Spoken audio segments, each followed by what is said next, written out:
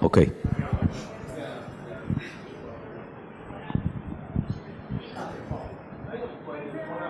Salvador, Estamos bien atrasados.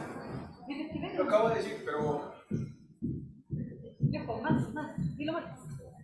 Dilo más, más I see a moderator going there and imposing the rule of law. Pero afuera no lo escuchan, po. Fueron a llamarlos los profesores para que vengan, pero pasamos en casa. Ok, los invito a entrar a la sala. Vamos a comenzar el panel número 8. Please come in and join us here in the room. We're about to start panel number 8. And that's it, Portuguese. I won't be able to say anything.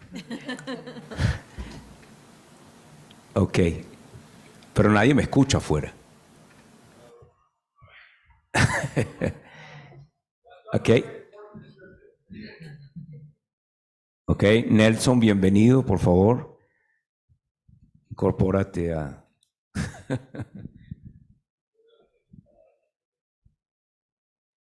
Bueno.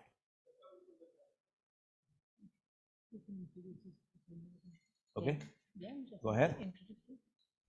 All right, well, we're going to start then with panel 8, a very interesting subject actually, and after listening to some of the presentations, particularly about the situations in some countries where scholars has been ostracized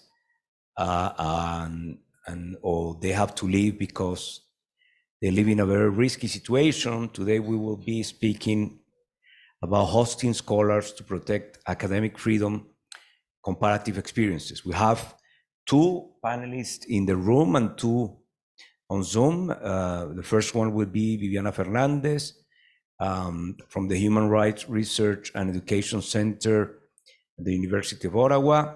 The second one will be Pierre Lozon, who works with Ramona Hernandez at CUNY Dominican Studies Institute. He will be presenting through Zoom. The other one, also through Zoom, will be Mario Zúñiga Núñez, de la Universidad, from Universidad de Costa Rica, and Clare Robinson will be closing this panel. Clare is from Scholars at Risk. Just, to remind you that each one of the panelists will have 15 minutes for the presentation, and then after the 4 presentations, then we'll move to the Q&A session, taking questions from the room and also from the participants who are on Zoom. Okay. Viviana, please go ahead. Thank you, Isaac. So if you can put my presentation, please, on the screen. So just briefly to let you know about the multiple ways in which I have been involved in the work of Scholars at Risk through the years. So I am Associate Director at the Human Rights Research and Education Center, and I am the lead for the Scholars at Risk program at the University of Ottawa.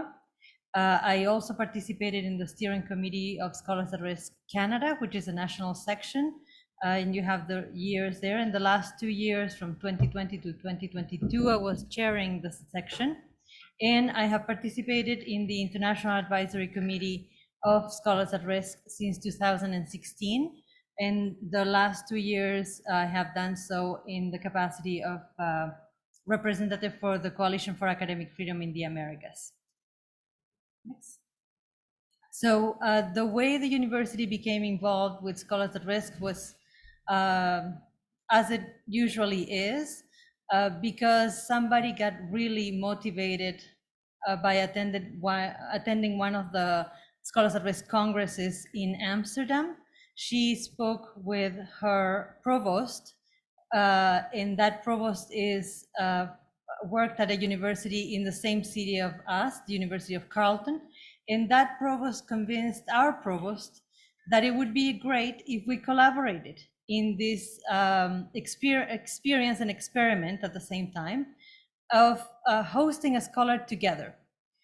Both universities, Carleton University and the University of Ottawa, do have different positions that are shared, and some is in women's studies of two institutes of feminist and women's studies. And they thought that this could be another opportunity where both institutions can do something really meaningful and really good. Now, both institutions had different structures, as Isaac mentioned before. The University of Ottawa is a bilingual institution, French and English, and Carleton University is only an English institution. We also don't have the same faculties. So the issue of how would we share was from the beginning something that we wanted to compromise, and we wanted to find departments in each of the institutions where we could actually provide a good setup and a good environment for the scholars that we were going to host to develop and thrive. So throughout the years, since 2014, we have hosted 8 scholars from Iran, Iraq, Pakistan, Turkey, Ukraine, and 2 people from Afghanistan. And we started, as I mentioned, with somebody who was already in Canada as it happened. He had permanent residency, and he was in law. He was a human rights lawyer from Iran. We're currently hosting 4 scholars, and I will tell you a little bit later about how we managed to do that. 3 years into this collaboration, both institutions decided that we were already mature enough, and we knew a little bit of how to make it work. And we also, the University of Ottawa, had ideas in terms of contributing to the monitoring work of Scholars at Risk. So this was an initiative that was not in line with what Carleton wanted to do. So we decided that we had overgrown the first stage and became our journey as a solo host. In terms of the faculties that have participated in this initiative, we have the Faculty of Arts, Social Sciences, the Faculty of Law, and at the University of Ottawa, we have 2 sections, so Common Law and Droit Civil, which is a Francophone section. Both have hosted scholars. The Faculty of Engineering and Health Sciences, in particular a Center on Nursing, which is currently welcoming a scholar in nursing from Afghanistan. The program works now under the purview of the Vice President Research Office, and it began, as I mentioned, under the Provost Office, and it was during the pandemic at the beginning when the Provost Office was really had a lot more pressing preoccupations with all the changes we all went through, that they decided to put it under the VP Research Office, and also recognizing that the fellows who were hosted normally came as visiting researchers at the university. So in terms of status, normally they come as visiting researchers, so it just made perfect sense. In terms of our funding then, we function with an annual allocation, and this allocation comes from the VP Research Office, and it began as just a share of a contribution towards hosting a stipend for a scholar, to now having the ability of fund a coordinator for the clinic project, which I will mention how it works a little bit in a few moments. And it allows us to also match funding from other sources, and I will explain that as well in terms of how we have been able to leverage this contribution. We also received a small annual stipend from the Association of Professors of University of Ottawa, and that has been greatly appreciated. And in return, one of the representatives sits on our SARU Ottawa committee, and he also participates in the selection of the scholars who will be hosted at the university. We have received fellows who have benefited then from Scholars Rescue Fund fellowships, Open Society University Network fellowships, and SAR Ukraine, which is a program that came up, of course, in the context of the war of Ukraine. And those last two have been the reason why we are now able to host 4 scholars at the same time, because otherwise our allocation would not allow us to fund all of those people. We also have the possibility of receiving private donations, and from time to time we have been able to do little funding campaigns, fundraising efforts through the Association of Professors of the University of Ottawa, as well as through our Faculty of Law and ourselves, social media, emails, and some communications in the context of our 40th anniversary, which was a year and a half ago. So that was that is how we have been able to work so far. The other way in which other colleagues have managed to support their programs is by offering the opportunities to teach to some of the scholars they welcome. And so this has been, it's open, and it is dependent on the field in which the scholar works and the needs of our university. And one of the scholars we hosted from Turkey, an anthropologist, was able to be hired directly from the Faculty of Social Sciences in this case, and she was teaching, if I'm not mistaken, 2 or 3 courses per semester, and that allowed her not only to boost her CV, but to then apply to other working opportunities. Next one, please. In terms of other supports, which have been very important for the quality of experience we can offer to our scholars, we do work with the Official Languages and Bilingual Institute, which has programs for faculty of the University of Ottawa, and have offered the possibility of some of those scholars to participate in the same type of training they would have offered our professors. And that has been really good, in particular for scholars whose English was not as strong. And it is something that we hope to continue offering when the need arises. And we also collaborate with the Association of Part-Time Professors, specifically in the cases where we offer teaching opportunities, because normally those courses would have been offered to part-time professors. And so it is important to keep them abreast of who's coming to campus, and ask a little bit of an exception in terms of the conditions of their union agreements for these scholars to be able to apply as well, or to receive the nod to teach some of those courses. In terms of the steering committee of our program, we have 13 people, 13 members, and they represent professors at the university, as well as students and staff members.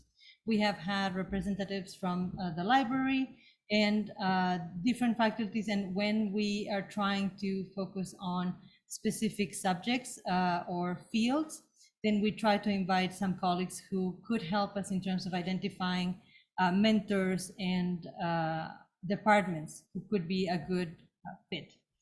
So we operate with 2 subcommittees, and the subcommittee for recruitment is fundamental in identifying candidates who come either from SAR or Scholars Rescue Fund, or that come simply from other colleagues that write to us and say, I have this person that I have known for a while, or this colleague just received this message, and then we can consider their files depending on the situation. The most important consideration, I would say, is the fit with the department that is going to host, and provide a suitable mentor that will be able to accompany the development of a research program, or a new special research, or a publication project that the scholar may have in mind, as well as to also ensure that they have the right expectations when they come to our campus. In terms of the welcoming per se, we have a subcommittee for hosting, and we have found this to be very helpful, not only because the members of that subcommittee are lawyers and scholars, professors who have expertise in refugee and refugee resettlement, and their knowledge of the type of legal needs and linkage with community groups, linkage with church associations or church groupings that could be also part of the scholars community has been extremely helpful. With the help of this hosting subcommittee, we have also done some fundraising, and so gathering of donations if the scholars are open to receive them. And in the cases where the scholar comes with family, with several children, this can be quite helpful for sure. We offer as a welcome package, and not the least because in Canada, we have a real winter. And so when they come, normally they will not have, if they come from countries where there is not snow, so they will not have appropriate boots or coats. And so we find that that is the very least we can do, as well as some household items for those who come with families, and a laptop for those who really have no other ways to continue their work. A small program that is managed by Isaac that has been put into place since 2021 is the Remote Scholars Initiative. And so far we have, I would say, hosted 6 scholars from Venezuela, but the way it works is that these scholars do not come to Ottawa. They do have the status of visiting researchers. They do receive a University of Ottawa email and access to our library resources, but they are just remote scholars. We try to match them with a professor in campus that will, again, respond to questions, be able to guide them in terms of how to advance projects that they have self-described that they would be interested in putting together. And in terms of our clinic, so this initiative began in 2018. Our scholars have the possibility to participate in this, but so far they have not come from countries in South America, so it has not happened. And you have there a description of the type of activities we have done through the year. And Catalina has also been one of the project coordinators of this project. To go to the next one, just to say that in terms of support to the scholars, we have done events not only in general and about country situations where they explain what they have been going through and what they have observed, but also spaces where scholars can just come and meet a scholar at risk, ask all kinds of questions, an open mic type of situation to allow them to have a more closer view of what the reality of the situation can be. And personally, and some of our colleagues as well have done presentations in person and online to talk about how our program works and how we do it. Thank you. In terms of the hosting experience, we can try to contribute to the creation of a national hosting program through Scholars at Risk. So this is talking to the federal government, and this ended up with the creation of a pilot project for 250 people called Human Defenders Program, in which Scholars at Risk and SAR Canada or any of our universities could propose somebody, him or her and the family members could come to Canada as refugees through this program. And in addition to that, we have the participation in CAFA, of course. Thank you. Thank you, Viviana.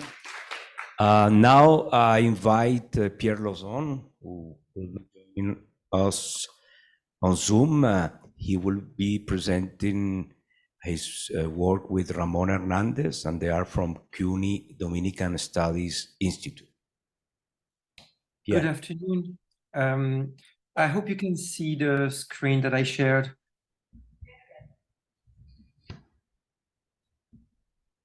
Yes? Yes. Yes. Okay. Well, again, good afternoon. Thank you very much for offering us a space to share some preliminary observations about this new program that we are currently conducting at the CUNY Dominican Studies Institute. My name is Pierre Larsen. I'm the Associate Director of the Institute, and I'm replacing Dr. Ramona Hernandez, who could not be here this afternoon. In early 2023, we launched our first call for applicants to the Threatened Dominican Scholars Program, which is supported by the Mellon Foundation. Fellows are offered the possibility to spend one semester, that is about 4 to 5 months, in New York City on the campus at City College in Northern Manhattan, to continue their research and engage in scholarly activities on campus that may include teaching, but not necessarily, and also other activities with the Dominican community in New York City. And the fellows receive a stipend for the duration of their stay. One question we had to answer on many occasions was why there was a need for such a program, since the Dominican Republic is often considered, quote unquote, a democracy. And it is true that the Dominican Republic today is, of course, far from the 3 decades of Rafael Trujillo's dictatorship and from the authoritarian years under Joaquín Balaguer. And for the past 3 or 4 decades, elections have been generally considered free and fair in the country. But of course, elections are only one of the aspects that allow to evaluate the quality of a democratic regime. And so it is within the framework of the academic literature on quality of democracy that we're trying to think about the context that pushes many individuals in the Dominican Republic to apply to a program like this one. So for example, the work of scholars such as Guillermo O'Donnell or Steve Levitsky. This is not just an academic argument. In informal discussions, we also try to argue with several people in the DR or from the DR that such a program is an opportunity to deepen the conversation about some less democratic aspects of Dominican society, rather than a condemnation of the current state of affairs in the country. And the quality of democracy framework is also reflected in the work of international organizations that study democracy and freedom worldwide. So for example, the Economist Democracy Index qualifies the Dominican Republic as a flawed democracy, and Freedom House considers the DR as a partly free country.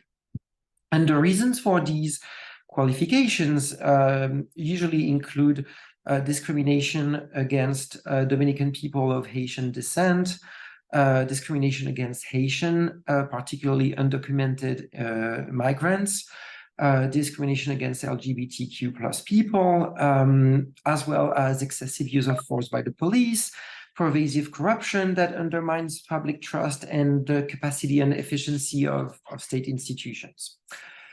To be sure, on the specific issue of academic freedom, the DR seems to be faring slightly better than most countries of the Latin American and Caribbean region, and at least if we believe indicators such as the Academic Freedom Index that I know was discussed in another panel in this conference. So with all of this, when we launched the call for applicants in the winter of 2023, we received more than 40 applications, which was more than what we had expected. And a parenthesis, we somehow expect now that we may receive even more applications next year when we launch the call for applicants for the 24-25 academic year. Mostly because now we know that the program is maybe better known than when we first launched it. So why do so many applicants seem to consider that they cannot express themselves freely and feel that they cannot continue working in their own country? For the first call for applications, we had intentionally defined scholar in very broad terms, allowing several professional categories that contribute to knowledge production, to the public debate, and who potentially challenge the status quo on sensitive issues to apply. And as a result, applicants included researchers and professors in the higher education system, but also media professionals, activists, NGO leaders, artists, lawyers, etc. Unsurprisingly, the work that these applicants focused on touched on some of these topics and issues that we already know are sensitive within Dominican society. So mostly that I actually cited before from the reports of international institutions. So the most common topics we found in applications related to Blackness, identification as Afro-descendant Dominican, and the colonial history of the country, and particularly, of course, slavery. And the second category, and largely related to that one, to the first one, is the question of social and political rights of Haitian migrants in the Dominican Republic.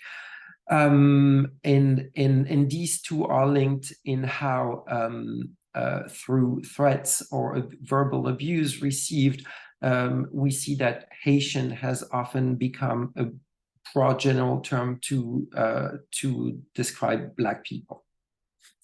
A third category of issues were related to gender and discrimination based on sex and gender, and discrimination against LGBTQ+ people. Maybe we were a little surprised not to find more applicants. There were some, but not as many as these topics that I just cited, that were focused on topics such as corruption or environmental issues or labor conditions, which we know are issues in the DR and in the region more generally. So, of course, this does not mean that these are not issues in the DR today, rather that maybe we were not able to reach out to the people working on these issues, or that maybe these people did not consider that applying to our program could benefit them or their cause, for one reason or another that we definitely still have to analyze. Finally,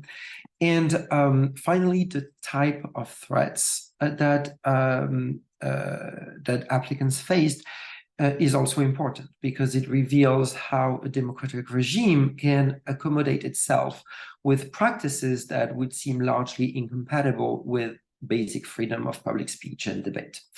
The most common such threat that we found in the application was workplace harassment. That could include being ostracized on their workplace, receiving verbal reprovals, and in some cases being dismissed. Verbal threats in the public space was common, particularly in the case of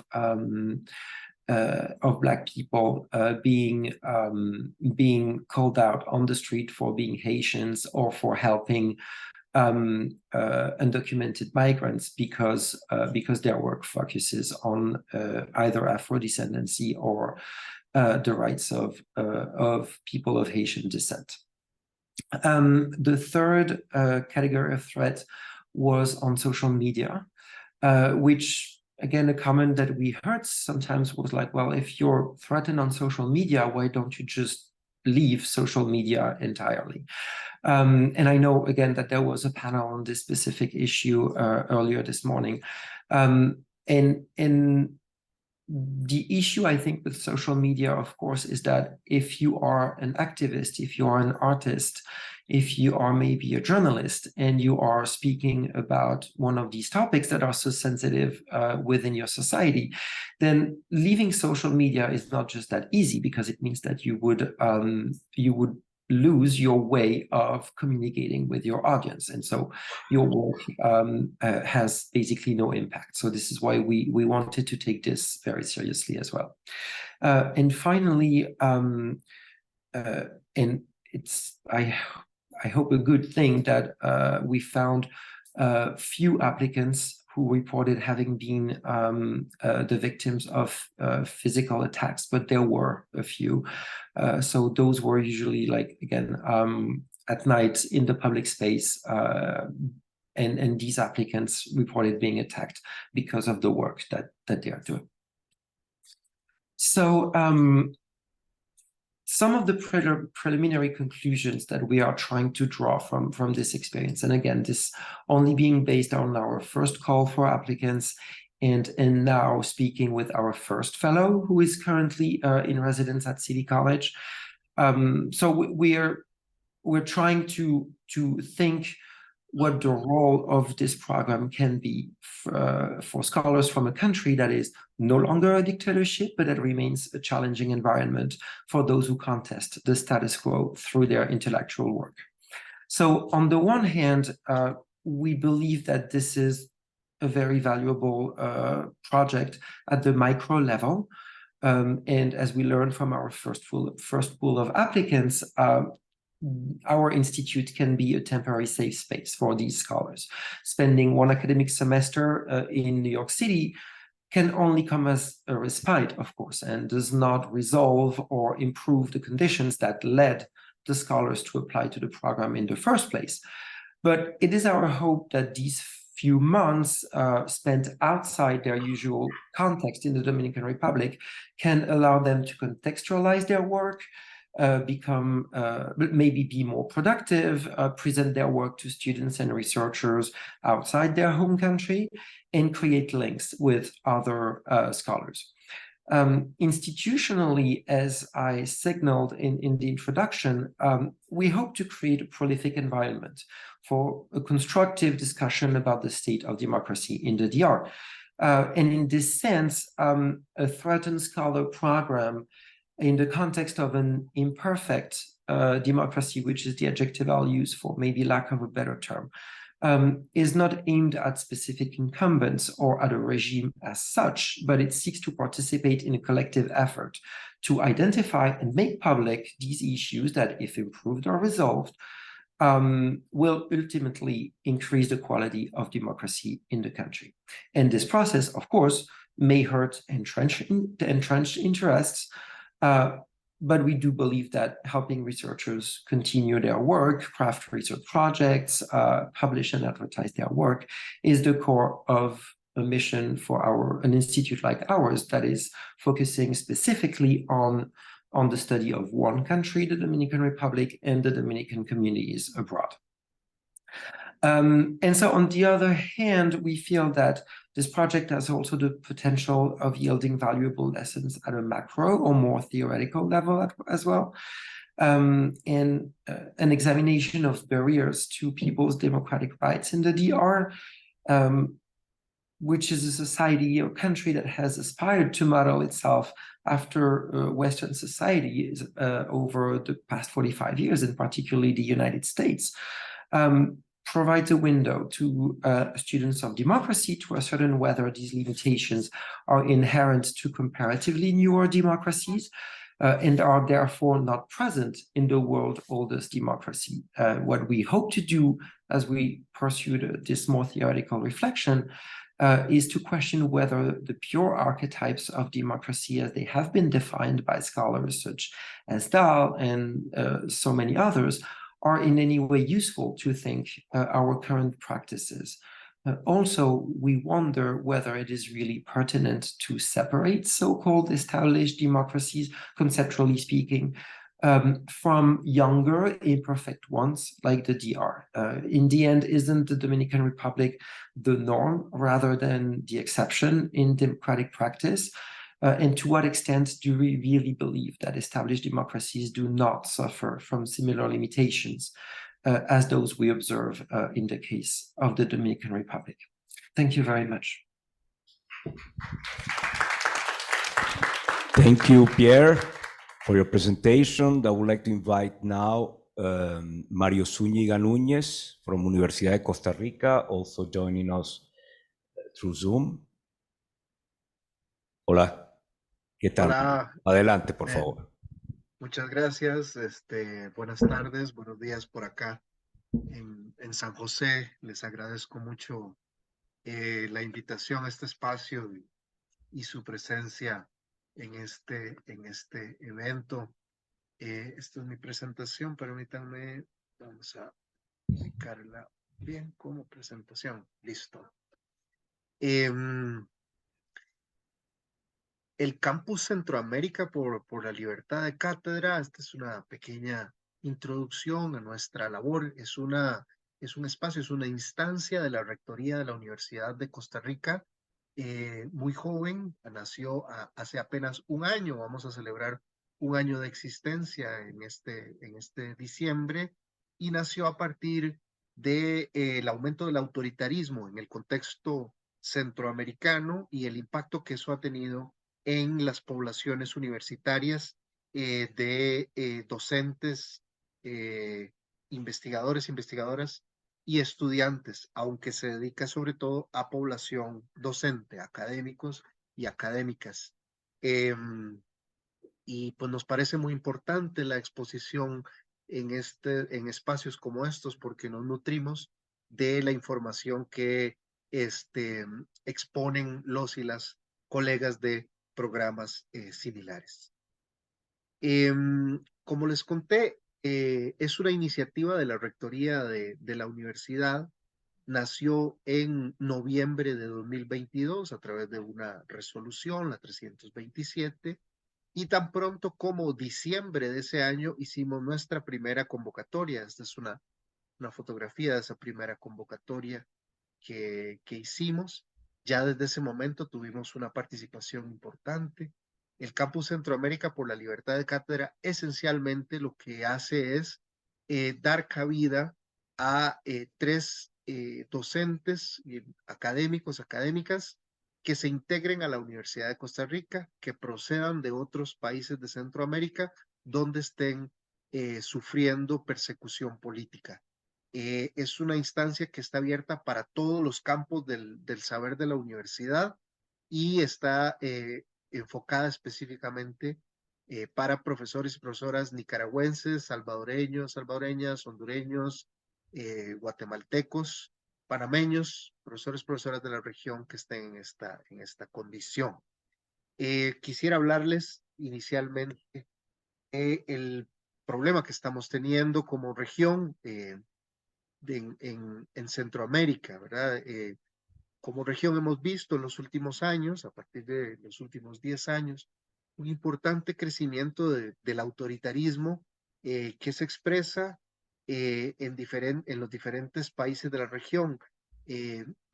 Hacemos referencia principalmente a tres de estos países donde el fenómeno es evidente y sumamente preocupante, pero sí nos parece importante remarcar que es una tendencia, un estilo de gestión de gobierno que tiene impacto en toda nuestra región. Por supuesto, el caso nicaragüense es sumamente preocupante y las características de gestión de gobierno como dictadura son muy evidentes, ¿verdad? Para el caso de las poblaciones académicas, esta expresión y el crecimiento del autoritarismo, sobre todo a partir del año 2018, se intensificó posteriormente a las manifestaciones ciudadanas que tuvieron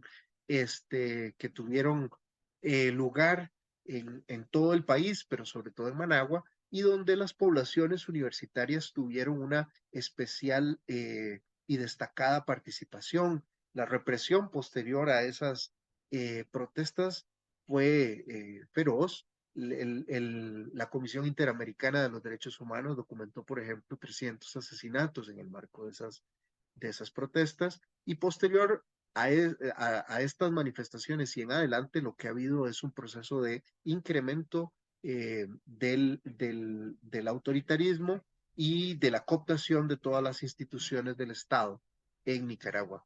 En las universidades es evidente en el cierre y la clausura de instituciones, ya es cuando se cerró la UCA a mediados de este año, habían 27 universidades más privadas que habían cerrado, más la cooptación del aparato público de universidades públicas que también se había realizado. Para Costa Rica, Nicaragua, la república, es una república hermana, hemos convivido en muchísimos procesos sociales y políticos, y mucha de esta población ha huido de la represión hacia nuestro país, de manera que tenemos una población de migrantes nicaragüenses importante en Costa Rica. Pero también tenemos que fijar nuestra atención en países como El Salvador y Guatemala, donde gobiernos, ahora que exponía Pierre, se me acercaba mucho la descripción, porque son gobiernos que se autodenominan como gobiernos democráticos, a veces sí, a veces no, pero que tienen características autoritarias muy importantes, ¿verdad? El Salvador tiene 2 años de vivir un régimen de excepción con conculcación de las libertades públicas que ha afectado a toda la población en general, pero ha afectado específicamente a poblaciones universitarias, investigadores, investigadoras, docentes universitarios y estudiantes. Por las capturas arbitrarias que se dan en el marco del régimen de excepción, pero además por la limitación de la libertad de expresión que se vive en el país. Cualquier opinión disidente a las opiniones que emite el Poder Ejecutivo y específicamente el presidente Nayib Bukele son altamente censuradas y combatidas en las redes sociales o en medios de comunicación. Y pues vivimos una crisis de representación democrática también en Guatemala. Acabamos de pasar un mes completo de manifestaciones públicas, y esto también viene aparejado una crisis de la universidad pública, que es la Universidad de San Carlos de Guatemala, donde tenemos un proceso que diferentes organizaciones estudiantiles y organizaciones sociales han determinado como fraudulento de elección de rector, y que se ha posicionado dentro de la Universidad de San Carlos, ha paralizado sus actividades. Esto para decir que la crisis de autoritarismo que vivimos en la región afecta a todas las poblaciones y tiene un impacto directo sobre poblaciones académicas, ¿verdad? Tanto estudiantiles como docentes. Costa Rica no escapa de esta problemática, y señalamos ya está más extendido en la ponencia, un problema de desfinanciamiento de la universidad pública que estamos viviendo a partir de las últimas 2 administraciones. Este dato, que me pareció importante incluirlo en la presentación, es un dato que elaboró el Estado de la región, de las cifras de personas que solicitan asilo en un país distinto al que residen. En nuestra región, esa cifra asciende a 727,000 personas, de las cuales 31% pertenecen a Nicaragua, 25% pertenecen a Honduras, 22% a Guatemala y 21% a El Salvador. Esas cifras nos dan cuenta de la gran cantidad de movilidad humana que está habiendo a partir del aumento de autoritarismo en nuestra región. La Universidad de Costa Rica, en un contexto como estos, está acudiendo a una tradición académica que tiene desde su fundación en 1940, y que es la tradición de recepción de académicos y académicas que están en condición de refugio o exilio. Poníamos el caso en la ponencia escrita de la cantidad de profesores y profesoras chilenas que llegaron al país a raíz del golpe de Estado de 1973. Recientemente, la universidad recibió un reconocimiento precisamente por recibir a muchos profesores y profesoras. Se cuenta una cantidad de 50 profesores, profesoras y personal académico que se integró a la universidad entre 1973 y 1997, y eso hace que, pues, o eso evidencia el compromiso que tiene la universidad histórico con esta situación, y el compromiso con la vigilancia de la libertad académica y la libertad de cátedra y la libertad de expresión, la cual está consignada pues en la constitución política de nuestro país, a través del numeral 87 del artículo el artículo 4. El Campus Centroamérica entonces está inscrito en este contexto regional, está inscrito en esta problemática concreta y pues lo hemos organizado a partir de esta tradición institucional de recepción de profesores, profesoras. Funcionamos a través de de convocatorias anuales. Estas convocatorias se promocionan de manera abierta a través de medios de comunicación y medios tecnológicos. Solicitamos que la persona que aplica tenga experiencia en docencia o investigación universitaria durante los últimos 10 años, que tenga título de maestría o doctorado, que sufra alguna situación de vulnerabilidad o que se encuentren en terceros países debido a razones de persecución política, que nos remita un currículum vitae y un breve proyecto de trabajo. Las convocatorias que se han hecho, se hizo una en diciembre del año pasado y se ha hecho otra en el mes de agosto de este año. Han participado un promedio de 35 personas en ambas convocatorias. Desgraciadamente tenemos espacios y fondos solo para 3 docentes y por eso también estos lazos interacadémicos son importantes para detectar espacios de solidaridad donde podamos aumentar nuestras redes de protección con otras organizaciones. En un año de trabajo, como les decía, hemos hecho 2 convocatorias. En la primera ya integramos a la primera generación de 3 docentes. Los 3 docentes integrados son del área de ingenierías y del área de ciencias sociales y ya seleccionamos a otros 3 que se integrarán para marzo 2024 hasta marzo 2025. Es un año de integración. Estos docentes pertenecen al área de ciencias sociales y al área de ciencias económicas. También hemos coordinado con la cooperación francesa, con CEMCA, un programa de becas en coordinación para estudiantes de posgrado de la Universidad de Costa Rica que estén en condición, estudiantes nicaragüenses que estén en condición de exilio o refugio en nuestro país, ¿verdad? Y pues vamos avanzando, tejiendo redes para ver cómo ampliamos y profundizamos nuestros aportes en este sentido. Puntualizamos algunos retos que tenemos a futuro.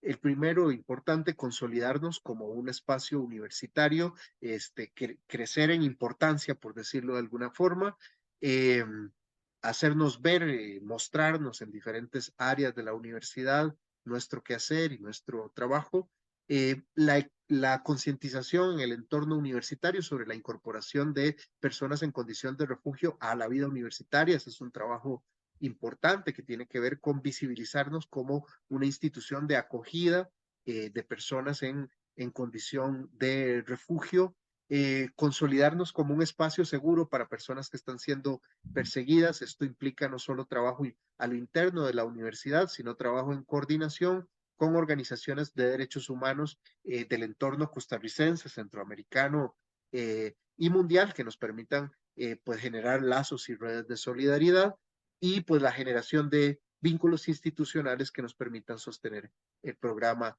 en el tiempo. Como les decía, la Universidad de Costa Rica dispone de una serie de fondos para este proceso, pero nuestros fondos, pues por supuesto que son limitados y pues para extender nuestras redes de solidaridad también necesitamos del apoyo de la cooperación internacional y ese es uno de nuestros retos. Les agradezco mucho su presencia en esta presentación. Este es el correo electrónico del campus Centroamérica, campus.centroamerica@ucr.ac.cr. Y con muchísimo gusto les puedo pasar mis datos de contacto para generar alianzas y lazos y redes de trabajo. Muchísimas gracias por su tiempo. Muy bien, muchas gracias Mario por tu presentación.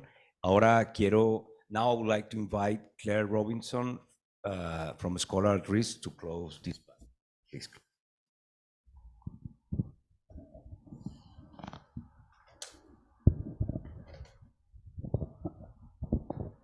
Thank you. And please tell me if I'm speaking too quietly. I'm often told to speak up. All right. We've heard a lot from 3 key partners about different hosting programs at universities. And so my plan now is to outline, oh, I'm being told to speak up already. All right. How is this? Is that better? Okay, great. Thank you. So my plan is to outline Scholars at Risk's protection work. I won't get too much into the details, but I want to flag some questions that I have for all of you about hosting in this region and ways that CAFA might be able to take on a leading role in this area of our work. But I also want to share some information for those of you who may know colleagues in need. I will also go over a few models of different types of hosting programs. We've heard already from several, so again, I won't go into too much detail, but I think it is helpful to hear of the different structures as we brainstorm together how we might approach a hosting program. I'm hoping that if you take 2 things from this panel today, one of them will be what our colleague Mario just shared, that protection is a form of international or transnational solidarity. And yesterday we heard from Ying Hui and Eve and Joel about the need for this. What can we do in terms of resources and allyship? One of the things we can do is create this sort of safety net for scholars who are speaking out and asking the dangerous questions. Protection and advocacy are interconnected because the existence of these programs encourages advocacy. It is, an imperfect safety net, but it might make the difference between somebody choosing to pursue an area of research or study and not. And there is, of course, also a feedback loop, right? Scholars who have been displaced often end up contributing directly to the advocacy work that we are all committed to. The second thing I would hope that you would take from this and from all of our presentations is that there are many models for doing this work, and we have to find what works best in our collective contexts. All right, so I'll move on to the next slide. As many of you know, Scholars at Risk is an international network of over 650 higher education institutions in 43 different countries. We are committed to protecting everyone's right to think, question, and share ideas. Most central to our work is what we call our protection work, and that is our temporary relocation of scholars facing threats as a result of their research, their status as a scholar, or their involvement in a countrywide or region-wide conflict or war. So we do this in partnership with our network. We do not do this alone. This involves identifying the scholars themselves, but it also involves then creating short-term positions in partnership with our network. So I will move on to the next slide. So this slide helps us visualize the timeline and general steps in Scholars at Risk's hosting process, from evaluation to hosting, to advice and assistance that Scholars at Risk offers to the scholars, to transition to next steps. And that transition may look different for everyone, a return to the region or reestablishing oneself elsewhere. But what this slide doesn't show, and what should be here, is how scholars also contribute back to our collective advocacy and research on academic freedom. Of course, by taking up these temporary positions outside of their situation of risk, scholars are contributing to society by pursuing the research that needs to be pursued. But beyond that, they're also contributing to our monitoring work, to Free to Think. Scholars have in the past conducted advocacy in support of academic freedom through Scholars at Risk student advocacy seminars, through our Scholars in Prison project, through contributions to legal submissions to regional or international bodies. I guess my point here is that this is a two-way street. We are benefiting from each other.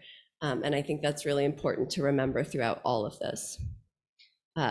So protection and advocacy work are linked, with protection responding in the short term or medium term as well to a scholar's risk situation, and advocacy raising awareness, building community, and developing tools to implement protections for academic freedom over the longer term. The next slide outlines some of SAR's evaluation criteria. And I won't read it for you, but I do want to flag that Scholars at Risk evaluates scholars on the basis of risk, on their scholarship. We are best positioned to place scholars who hold PhDs or terminal degrees in their field. And the third one is likelihood of placement. And that one is interesting, I think, because that is where we all have some say, some control. Likelihood of placement means, is there a place in our network for this scholar? And if you are a scholar of medicine, and there are not a sufficient number of medical schools that are part of Scholars at Risk's network, it will be much more difficult for us to support that scholar. But the more our network grows, the more CAFA grows, the more other regional coalitions grow, the more opportunities there are, not just in terms of number, but also in terms of type of position. And I think that gives us all some agency and is very important. On the next slide, thank you. Scholars at Risk works directly with scholars reporting risk, and we are eager to help matchmake between a host and a scholar at risk, but we also would welcome nominations from universities interested in hosting as well.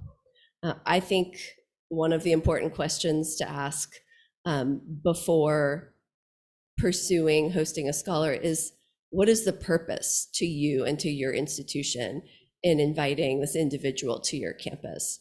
Is it to raise awareness about a specific country or situation, and by having this scholar on campus, that will enable you to do so? Is it simply because there's an open line and a need for a professor in a certain role, and this is an opportunity to engage in Scholars at Risk in that way? Whatever the answer, it is important to determine that, because then you will be able to select an individual who's the best fit for your university. All right, I think I'm going to skip over the next slide because it just outlines the roles of SAR and the host institution. And I think really the important thing to note there is that it is a partnership. And as Viviana was saying, it's even a partnership sometimes between multiple institutions. So Scholars at Risk, University of Ottawa, Carleton University, in the instance that she described. All right, so Practitioners at Risk is one of the programs that Scholars at Risk either manages or partners with in order to create more opportunities for scholars facing threats.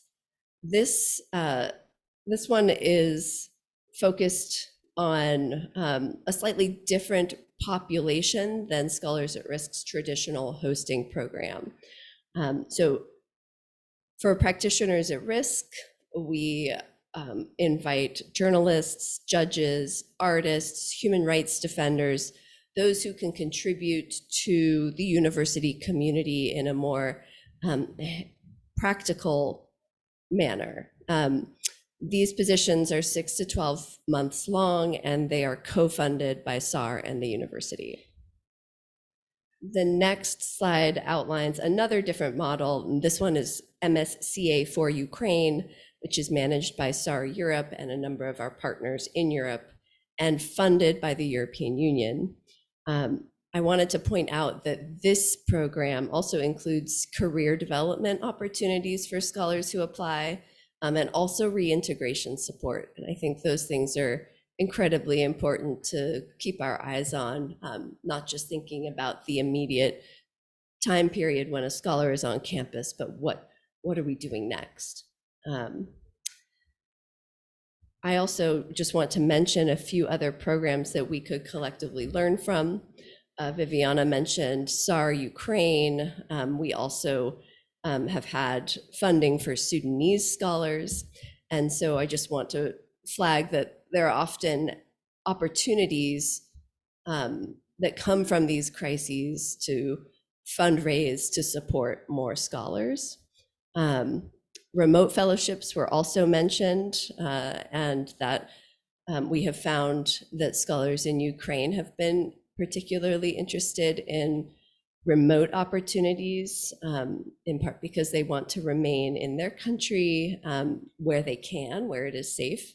And then I also wanted to flag that SAR sections, so our nationally organized membership groupings are called sections, and our sections often serve as a follow-up placement mechanism. And so not across the board, but there have been some really excellent efforts by SAR sections. SAR Norway comes to mind, for example, to help the scholars who have already come to that country then find their next placement within that country so that the amount of change that they are exposed to is minimized. All right, so to close, I just would like to invite you to think a little bit about what CAFA can offer to at-risk scholars in the Americas.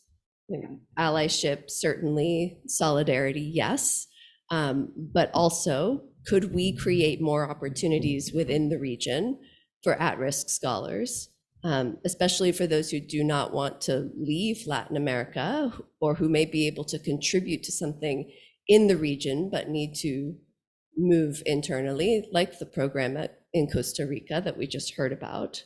And then what funding opportunities or potential moments are there coming up that would allow us to, create a sustainable program? And then as CAFA grows, how can we best engage at-risk scholars in our collective advocacy and research work? Because we will be stronger when we're working together. Thank you.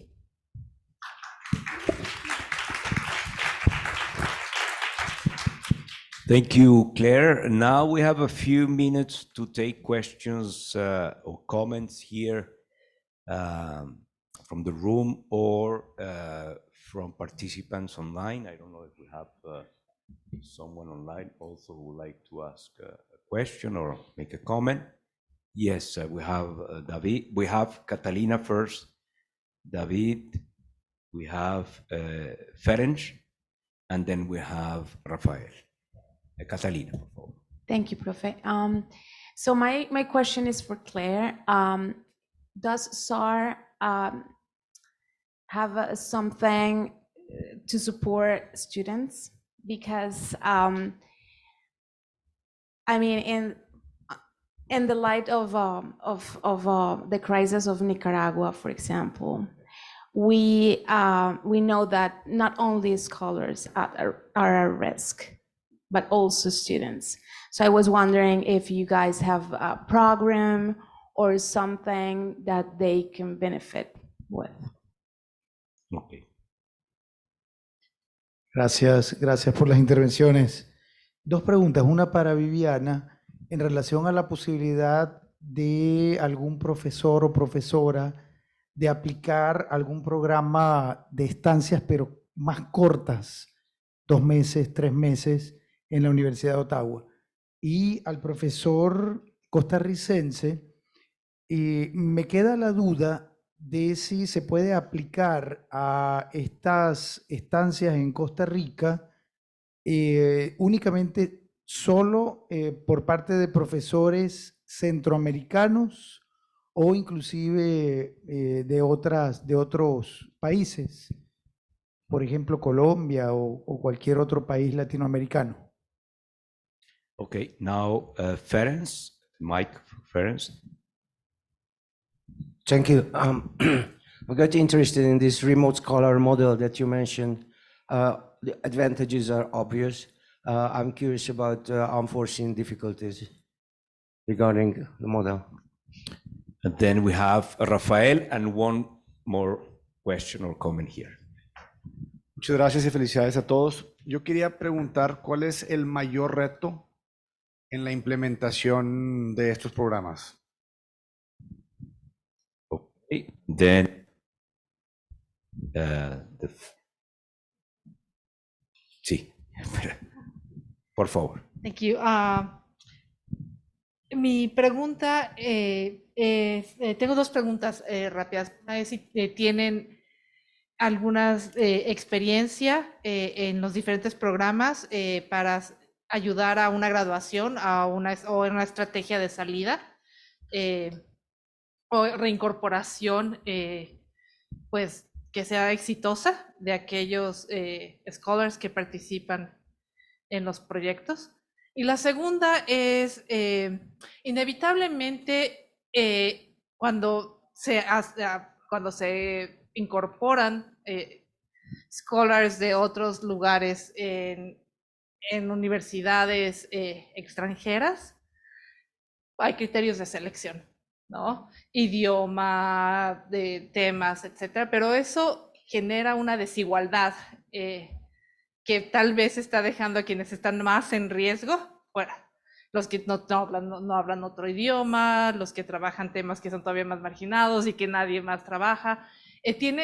¿Han pensado sobre cómo lidiar con eso y tienen alguna recomendación para qué hacer? Gracias, Estela. Yo quisiera invitar primero al profesor Zúñiga para que responda a la pregunta de David. And then I will invite Clare and Viviana to answer the questions that they received. Profesor, adelante, profesor Zúñiga. Muchas gracias, muchas gracias. Sí, nos han hecho la pregunta también de Colombia y del Caribe. Sin embargo, el programa de la Universidad de Costa Rica está hecho para profesores y profesoras centroamericanas.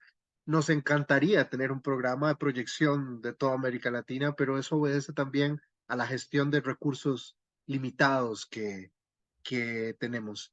Y me permito una palabra nada más para referirme a la pregunta que hicieron, me pareció general, del tema del mayor reto de la implementación, porque se asocia con esto que estoy diciendo.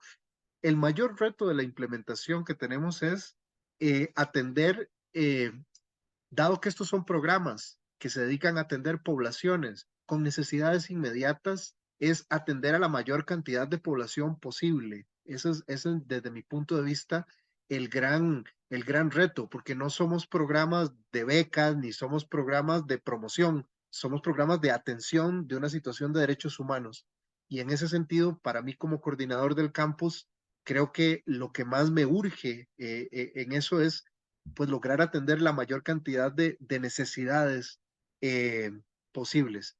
Y tercer elemento, para eso el tema de los criterios de selección sí lo hemos tenido que trabajar muchísimo en el campus porque definitivamente se tienen que quebrar las lógicas de criterios de selección académicos tradicionales como puntajes de artículos o como cantidad de idiomas que se usan o como titulación más alta. Hay algunos casos donde la condición de emergencia que tiene la persona respecto de los derechos humanos hace que se le pondere de manera más urgente que a otra persona que de repente en los cánones tradicionales académicos tiene mucho más camino recorrido o puntaje, pero que tiene mucho menos peligrosidad en la condición de vida en la que se encuentra. Muchas gracias. Gracias. Ahora Now I would like to invite Viviana and then Claire. Thank you. So what I would say to David in terms of short-term options, we have not considered that, but obviously the University of Ottawa has the possibility of receiving visiting researchers for a number of periods of time, and perhaps, you know, it's an option we could explore together. In terms of our remote scholars program, and Isaac may be able to complement in terms of the selection. So from our perspective, ensuring that there is a suitable mentor is or can be a challenge, because maybe we don't have such a person. Maybe that person is on sabbatical and it's not going to work for the fellow we have already identified. And it is an investment of time. So the professor at the University of Ottawa needs to be aware of that. And we are, of course, open to support him or her in whichever way we can. But it is, at the end of the day, a relationship between colleagues. So there needs to be some sort of chemistry, some sort of understanding of the ways they work. And so it is very much a person-to-person relationship that needs to be set up. There is also the support from the library, and we had a member of our SARU Ottawa committee from the library who has been very helpful in training the Venezuelan scholars in how to use our databases and our library resources, and who has been kind of on call when there is a difficulty, or just to accompany. These are 2-year programs. So during the 2 years, we hope that they are able to advance enough their research projects, or the projects of enhancing their curriculum, which we have also had, given the situation in several campuses in Venezuela. So that has been, that would be challenges.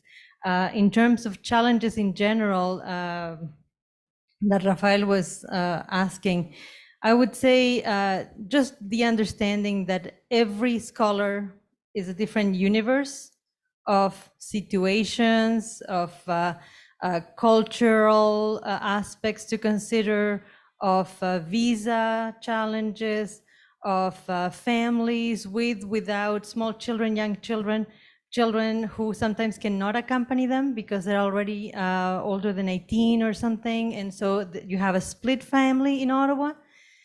So there's all kinds of issues that way. I think it's important to be super flexible, and that is always not the case of our administrators and our systems in universities. So it's always a new trek. It's always a new way of navigating whatever challenge they put in front of you.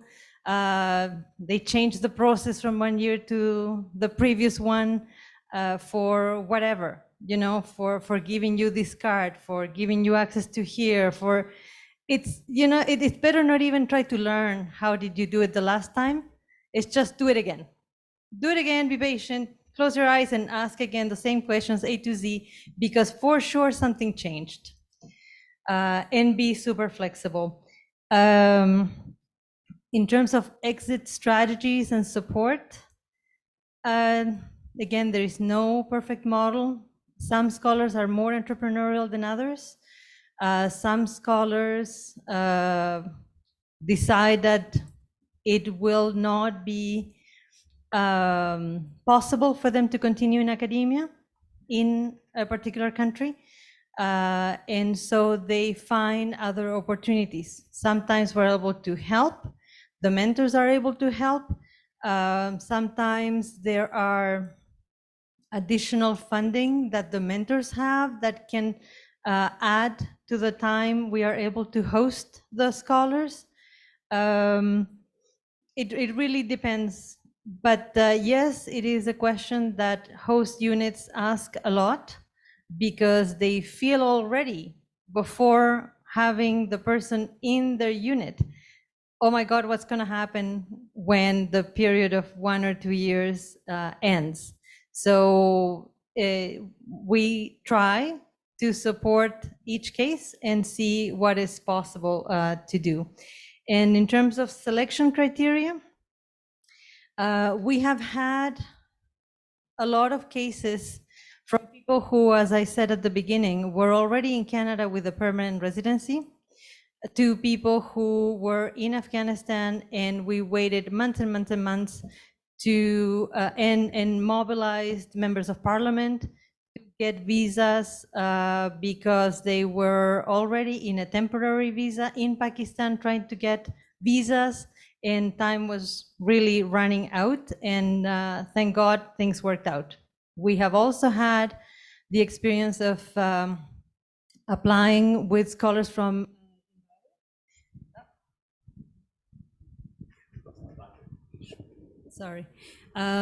Zimbabwe, and we waited more than a year, and it seemed the visa simply did not come. So we have tried to be as inclusive as possible and not let different fields or different regional situations be a barrier.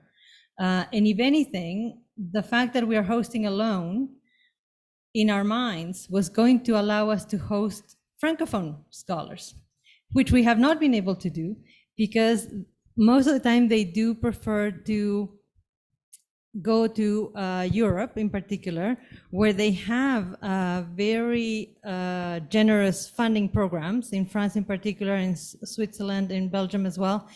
And then they kind of want to stay in Europe because of the possibilities, right? As opposed to you come to Canada, you get one placement, and then who knows what's going to happen. So that has been for us, it would be really politically a good thing for us to do, to host somebody who is Francophone, and we have not been able to do it. Okay, Claire, please. I will be quick. I want to answer the questions about students. So Scholars at Risk does not have a student support program. We just frankly don't have the capacity. There's one program called Students at Risk that's funded by the government of Norway, and they do excellent work, but it is only a small number. We do work in partnership with SAI, which is the Norwegian Students' Union, and the European Students' Union, ESU, and we are open to working with other students' unions as well to just advise and identify opportunities together, but we do not have a dedicated program. I think I agree with you, there's a need, and would welcome any entrepreneurship in that area. And then the question about languages, Estella, thank you for asking that and for noting the marginalization. I think that's really important to consider. That being said, the hosting arrangements, we want them to be successful and mutually beneficial so that the institutions will continue to host, so the scholars can continue doing their work. And we had found in the early years when we pushed for a case of someone who maybe didn't have the right language skills to come to an institution, that nobody won. And so you're right, absolutely. But at the same time, we haven't figured out a better alternative or a better way to do things. Yeah. All right. Thank you very much to Viviana, to Pierre. Mario. ¿Puedo tener un minuto solamente para adelante, contestar? Pierre, por favor. Sí, disculpe, gracias. Es que nada más para contestar algunas de las preguntas que también se hicieron. El tema del idioma, nosotros decidimos que no importaba porque pues hablar español en Nueva York no es realmente un problema y que nosotros teníamos la posibilidad de ayudar a las personas que vendrían con el tema del inglés. Yo creo que el reto más importante para nosotros cuando seleccionamos los aplicantes es realmente determinar si podemos ofrecerles una experiencia que tenga sentido. Es decir, que a veces vemos situaciones que sabemos que son bien complicadas. Sin embargo, por el tipo de trabajo que están haciendo, nos parece que lo que podemos aportar como instituto de investigación no es una solución a su problema. Y entonces eso es como bien difícil determinar, porque claramente hay algo de subjetividad acá, ¿no? Y en cuanto a los temas, una vez más, creo que sí es algo subjetivo, claro. Resulta que hay temas que a nosotros nos parece importante, lo que no quiere decir que el tema de un aplicante que a lo mejor pueda parecer marginal no es importante. La forma con la cual hemos intentado, digamos, sobrepasar ese problema es de tener un comité de selección, ¿no? Tuvimos a 5 personas revisando a todas las aplicaciones para justamente intentar tener una variedad de puntos de vista. Finalmente, en cuanto al tema de estrategia de salida, yo creo que lo que dijo Viviana es importante. No hay como un modelo para todos los aplicantes. Estamos intentando, especialmente porque nuestros fellowships son cortos, de 4 o 5 meses, tener una conversación, ¿no? con las personas que seleccionamos. Entonces, eso, por ejemplo, tenemos un fellow que viene el próximo año, él se va a regresar a Argentina después, entonces a lo mejor para él es menos importante. Con la fellow que tenemos ahora, la conversación es un poco en torno a qué tanta exposición pública, mediática ella quiere tener mientras está con nosotros, ¿no? Entonces, claramente no hay una estrategia que aplica para todos, sino es una conversación que estamos teniendo. Gracias. Gracias, Pierre. And now we are moving, I guess, without break to the keynote presentation. Thank you very much. Thank you.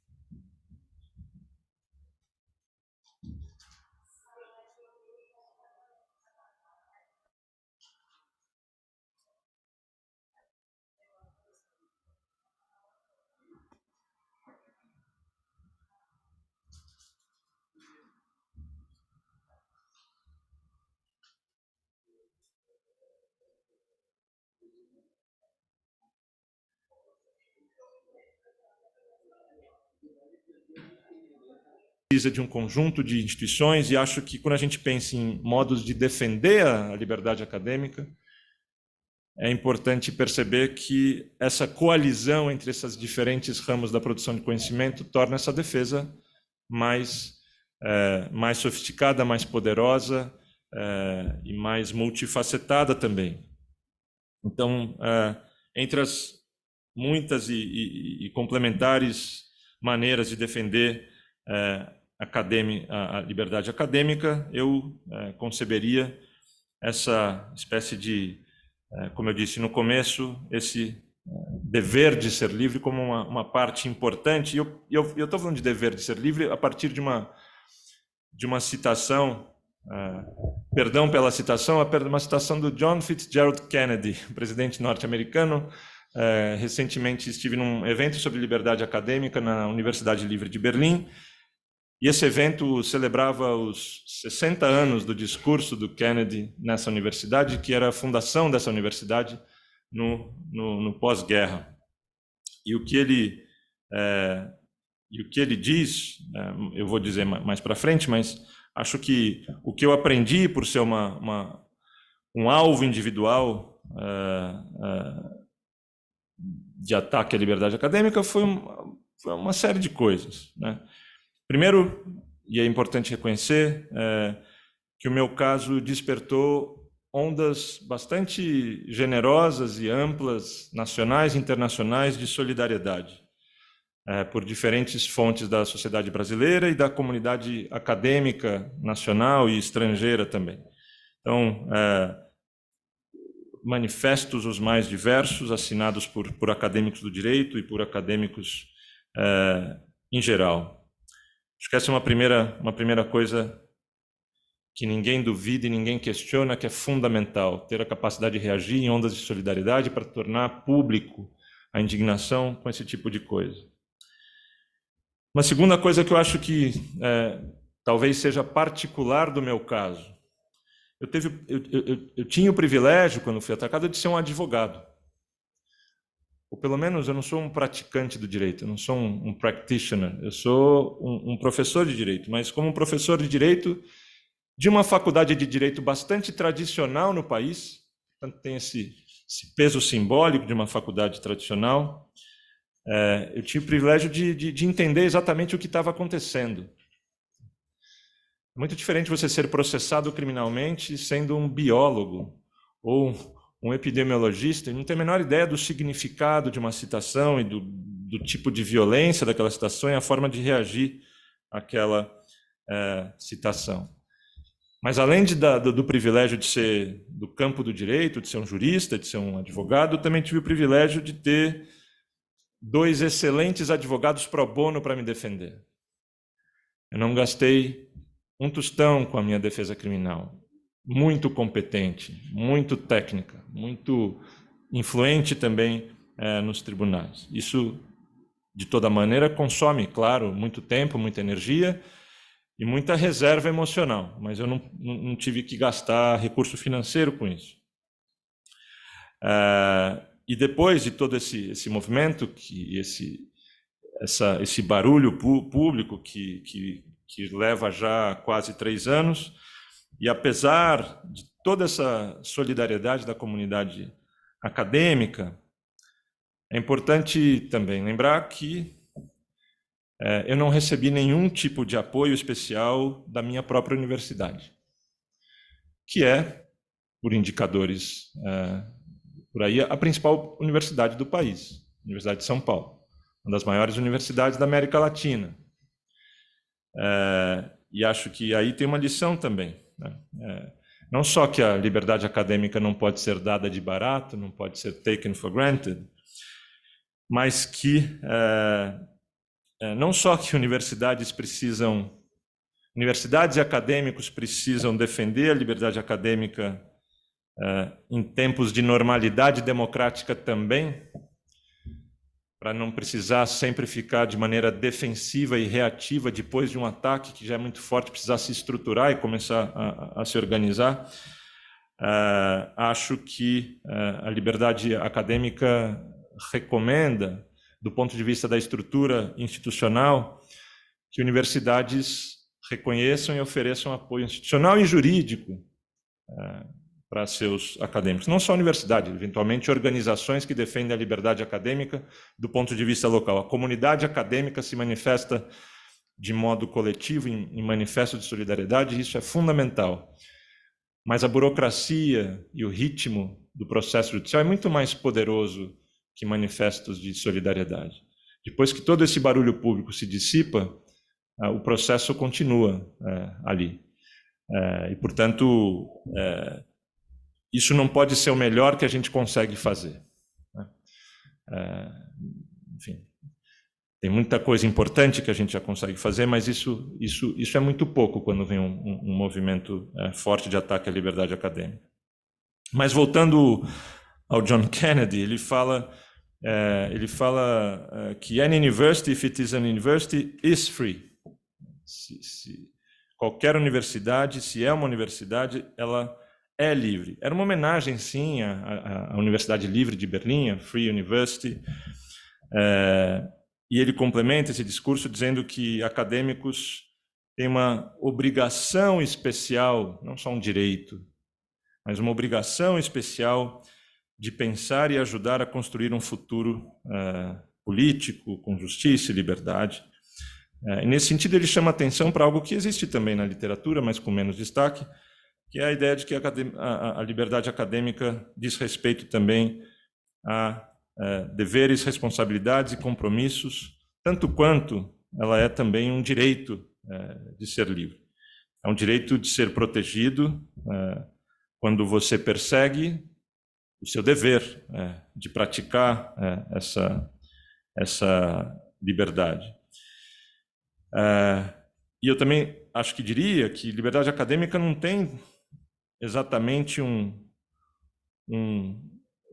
valor intrínseco tão forte. Talvez tenha um valor intrínseco no sentido de ser um fim em si mesmo, mas ela também tem um valor instrumental muito forte. Esse valor instrumental, que é um valor vinculado à produção de um bem comum ou do conhecimento em nome do interesse público, que reforça um pouco a dimensão ética do exercício dessa liberdade. Então, claro que a liberdade acadêmica não é um dever de ser um herói, não é um dever de ser uma pessoa, um freedom fighter necessariamente, um militante, mas a liberdade acadêmica é uma responsabilidade muito importante e não só um direito a ser assumido como um dado. Então, acho que para encerrar a minha fala, eu queria dizer que a gente, idealmente, a gente tem que ter meios de monitorar esses sinais vitais do pensamento livre no país. E a gente falhou nisso. E de novo, acho que o Brasil, comparado a outros países em autocratização, do ponto de vista da liberdade acadêmica, está ainda num estágio relativamente reversível, por assim dizer. Quando eu falo da liberdade acadêmica, eu falo também do estado da democracia em geral. Acho que estão acontecendo repressões, algumas mais óbvias, outras mais latentes, vindas da direita quanto da esquerda, vindas do poder político, estatal, mas também do poder econômico. E essas denúncias precisam ser percebidas, ou essas práticas e repressões precisam ser percebidas, sobretudo quando as forças que as reprimem, eventualmente, também se dizem progressistas, também se dizem, de um lado, em defesa da liberdade, da justiça e assim por diante. Então, produzir dados, por exemplo, sobre indústrias que produzem externalidades ambientais muito sérias, externalidades sociais e de saúde, tem sido, no Brasil, em certos setores, um ato de resistência desses cientistas. O mero ato de produzir dados. Então, isso é importante. Acho que também é importante nesse momento, só para terminar, a ideia de que liberdade acadêmica, claro, ela não é bem compreendida pelo público. Com muita frequência ela é confundida ou tomada como liberdade de expressão. E o meu caso é um caso interessante porque ele tem algumas peculiaridades. Eu não fui reprimido em sala de aula e não fui reprimido pelo que eu fiz, eu falei ensinando, nem na minha pesquisa acadêmica. Eu sofri uma ação criminal pelo que eu, como um acadêmico, disse na esfera pública. E disse na esfera pública, claro, a partir do que eu penso, do que eu estudei, do que eu pesquiso, mas não deixou de ser uma opinião política ali também. Então, o meu caso é uma espécie de intersecção entre liberdade acadêmica e liberdade de expressão, mas mesmo assim é importante fazer essa distinção, porque elas estão longe de ser a mesma coisa. É importante destacar que a liberdade acadêmica tem muito mais limites, e é importante destacar os limites que ela tem, porque tem muito mais limites que a própria liberdade de expressão. Na liberdade acadêmica você está inserido numa teia de compromissos com a sua ciência, com a comunidade acadêmica. Você não está autorizado a dizer qualquer coisa em sala de aula. Você não está autorizado a pesquisar do modo que você bem entender, fora desses compromissos. E, portanto, defender a liberdade acadêmica é também ter consciência dos limites e respeitar esses limites, porque à medida que, de fato, em algumas situações excepcionais no Brasil, mas numa sala de aula possa ser convertida, eu sei que a fronteira entre uma coisa e outra pode ser difícil às vezes, mas convertida num lugar de pregação eleitoral é um problema, e a gente pode reconhecer isso. Isso acontece, pode acontecer. O problema é quando isso, que é certamente a minúscula exceção, é usado como pretexto para se começar a estigmatizar a sala de aula. Mas ao mesmo tempo é importante saber que esse tipo de falta não deveria acontecer. Portanto, a melhor, mais produtiva e mais honesta defesa da liberdade acadêmica é uma defesa que seja muito explícito e didático sobre os limites dessa liberdade acadêmica, sobre os limites que nós, como acadêmicos, estamos cercados de compromissos e limites todo o tempo. Na medida que a gente rompe esses limites, a gente trai a nossa comunidade acadêmica, a nossa comunidade científica, os nossos acordos epistêmicos. Portanto, liberdade acadêmica não é simples liberdade de expressão, não é simplesmente um direito individual, e ela não caminha sozinha, ela caminha junto de uma complexa estrutura institucional de produção de verdade, de conhecimento e assim por diante. É com isso que eu queria terminar e agradecer, porque esse espaço é importante, e fico aqui à disposição para perguntas, para novas reflexões. Obrigado.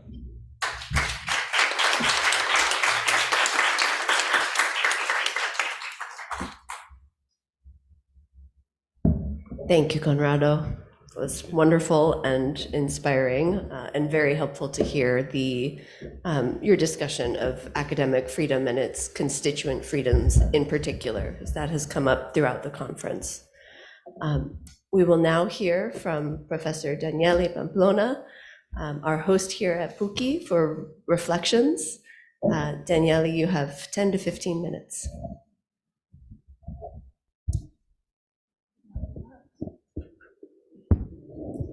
Bom, boa tarde a todos. Eu quero dizer que é uma honra, né, poder estar aqui nessa mesa com essa árdua tarefa de ser a comentarista do professor Conrado. Como professora da PUC, professora, eu gostaria de, em primeiro lugar, lhe dar as boas-vindas nessa sua primeira vez aqui na nossa casa. É uma verdadeira honra poder estar com o senhor, no que eu espero que seja a primeira de várias outras visitas. Então, agora e somente agora você pode começar a contar o tempo. Eu quero então reagir à fala do Conrado, mas também reagir a tudo aquilo que a gente ouviu, né, nesses 2 dias. E eu vou retomar não, mas eu tenho um compromisso que eu já tinha assumido comigo mesma, de chegar aqui com uma proposta concreta, e esse compromisso ele foi sendo robustecido por tudo que eu ouvi, e agora, ao final, como vocês perceberam, o Conrado foi falando e eu ainda fui fazendo aqui algumas anotações. Então, eu quero partir, para chegar nessa proposta concreta ao final, eu quero partir do conceito de liberdade acadêmica que é adotado pela própria coalizão, que diz que é um direito humano de membros da comunidade acadêmica e de outros de desenvolver, transmitir, aplicar e se envolver com diferentes conhecimentos e ideias por meio de pesquisa, ensino, aprendizagem e discurso. O professor Conrado lembrou bem que ela é confundida com liberdade de expressão. Eu fico pensando aqui que talvez seja melhor pensar que ela é uma parte, ou ela é uma espécie, ou ela é uma irmãzinha da liberdade de expressão. E se é assim, eu quero concentrar a minha atenção menos na remediação, né, na busca de soluções para os vários problemas gravíssimos que foram narrados aqui nesse evento, e voltar a minha atenção para a prevenção, que é justamente o que eu pretendo fazer de modo concreto ao final. Até porque os casos que a gente ouviu, né, nesses 2 dias, e mais os casos mencionados aqui pelo professor Conrado, me parecem que deixam muito claro o quanto nesse tema de liberdade acadêmica a prevenção é bastante útil, bastante necessária. Então, eu quero dizer que eu acredito que existe uma proximidade importante, ainda que elas sejam distintas, entre liberdade acadêmica e liberdade de expressão, e eu identifico essa proximidade quando eu penso que a primeira vitória que ocorreu em nome da liberdade de expressão foi em face do poder autoritário da Rainha Elizabeth na Inglaterra. Então, o que acontecia é que no século XV, foi criada uma corte chamada Corte Estrelada, e essa corte, ela julgava as pessoas que eram tão proeminentes, tão importantes na sociedade inglesa, que poderia levar a algum tipo de constrangimento se elas fossem julgadas por cortes comuns, por cortes ordinárias. E aí, essa corte, ela podia condenar, inclusive, os membros do parlamento que fizessem críticas à coroa, e efetivamente acabou condenando membros do parlamento. Essa atuação, então, faz com que, ao longo do tempo, faz com que o presidente da Casa dos Comuns, já no século seguinte, solicitasse à coroa o exercício do que ele chamou o exercício de um direito, de um privilégio, que era o privilégio da liberdade de expressão.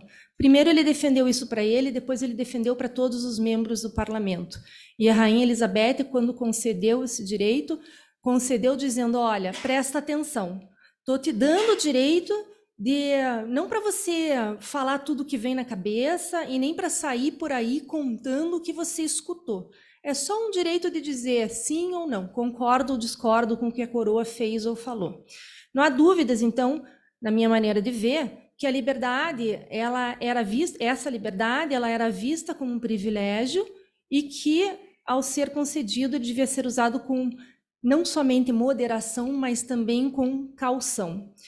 Então, eu acho que o termo liberdade de expressão, ele nasce em clara oposição à impossibilidade de qualquer crítica ser dirigida ao trono inglês. E aí, eu lembro que a gente consegue identificar 3 fases no debate sobre essa liberdade.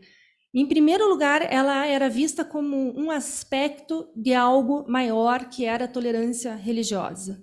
Então, ali, nesta época, a gente enfrentava a possibilidade ou não de manifestação de crenças que eram diferentes da crença católica, né, com as consequências, né, previsíveis para o enfraquecimento, né, da religião a partir do momento em que você deixasse que as pessoas cultuassem outras crenças.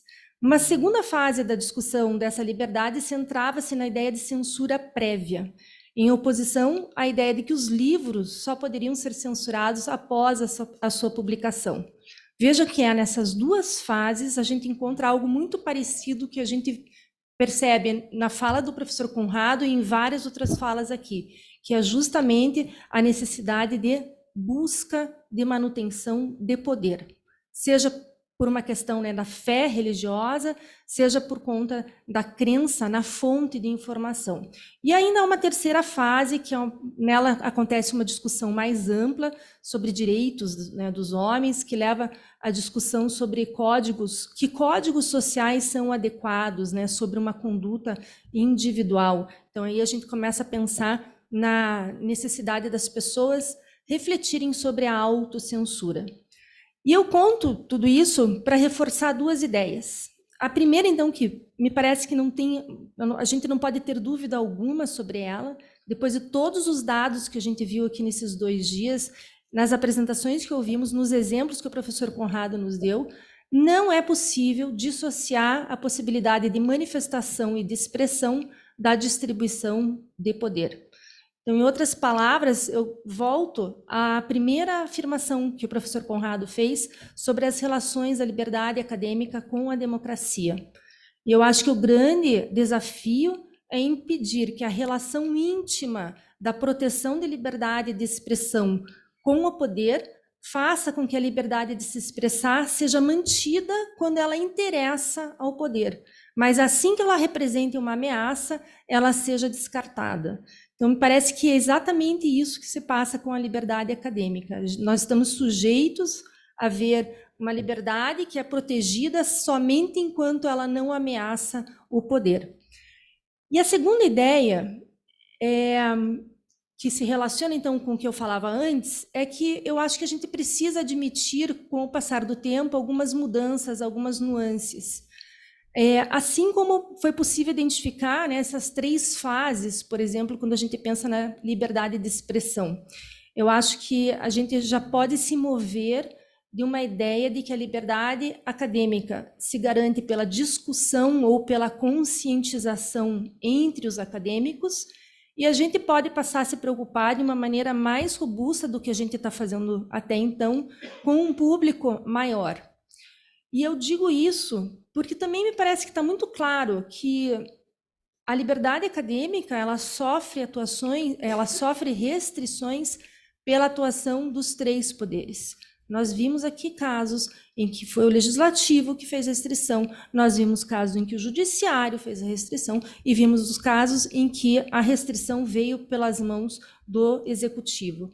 Então, a liberdade acadêmica, ela depende de um ambiente adequado para que ela exista, para que ela se mantenha. Ela não pode ser perturbada, né? A essência de uma liberdade, é um direito negativo frente ao Estado. Mas se a gente percebe, sob o ponto de vista de um direito coletivo, ela também depende de ações que são ações positivas. O Estado precisa tomar medidas para assegurá-la. Então, enquanto regimes autoritários, eles não tomam por completo todos os poderes, a gente ainda pode contar com a atuação de um ou de outro para garantir esse direito. Né? Se a gente ainda está lá com um problema no executivo, mas ainda tem um judiciário operante, por exemplo, a gente ainda tem instrumentos para utilizar. E eu acho que aqui o papel da sociedade civil, como um todo, já é importante. O que falar, então, né, de regimes, como casos que nós vimos aqui, né, também nesses 2 dias, em que os poderes já estão tomados, né? Então, assim, o poder que nos resta para a sociedade civil, ele se torna ainda mais importante. Então, o que eu penso é que, quando a gente quer refletir sobre prevenção, nós precisamos entender que as pessoas, em geral, precisam compreender a extensão das consequências a que nós todos estamos sujeitos, dentro e fora da academia, quando a liberdade acadêmica não é respeitada. Porque eu acho que é daí que a gente vai conseguir uma coesão e uma robustez para fazer com que vários dos casos que acabam acontecendo, eles não ocorram.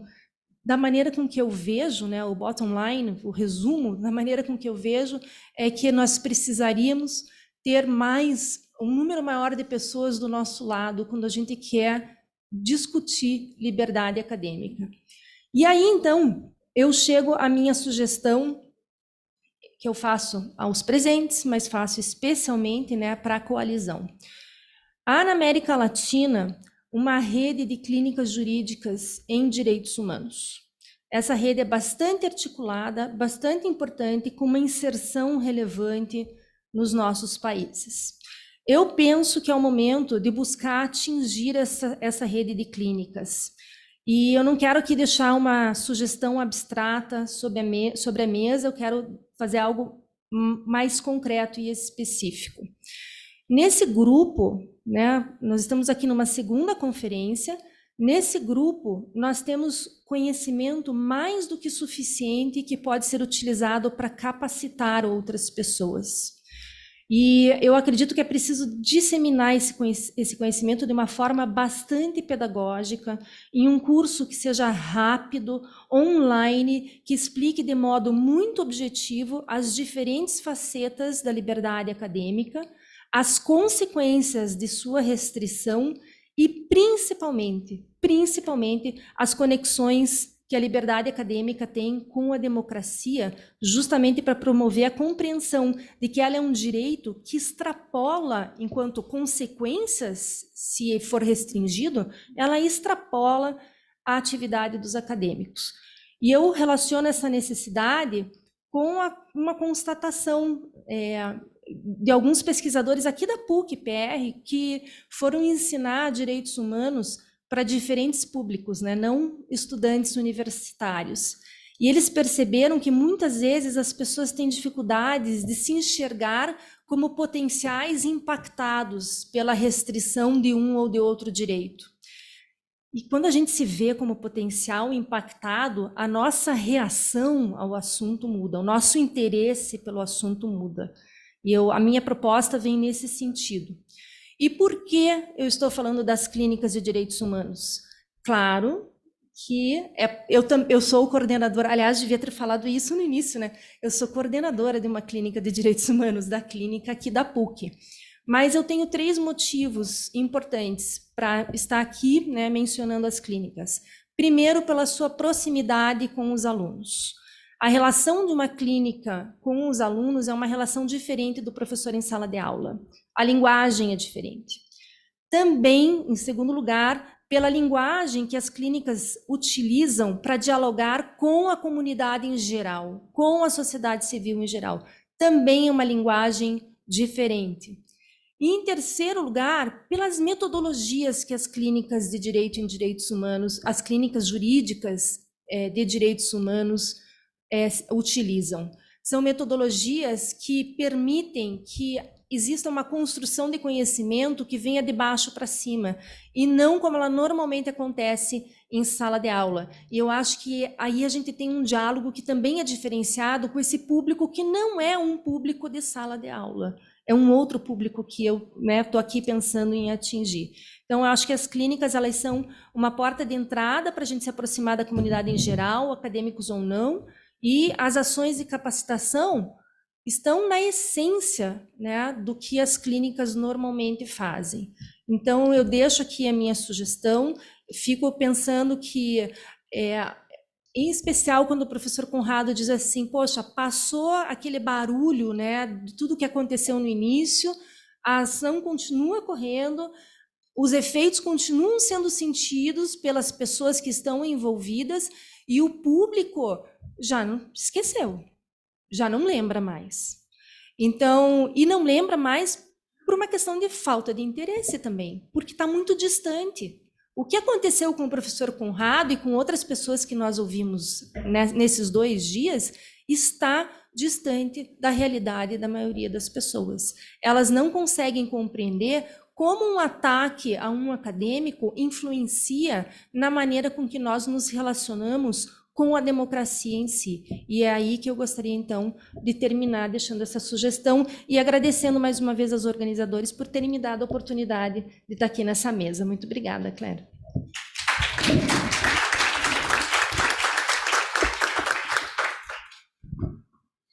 Thank you, Professor Daniele. Thank you again, Professor Conrado. We have time for questions. And if I'm happy to pass this microphone, unless there's another. Dan, you got one? Okay. Joao has one in the front.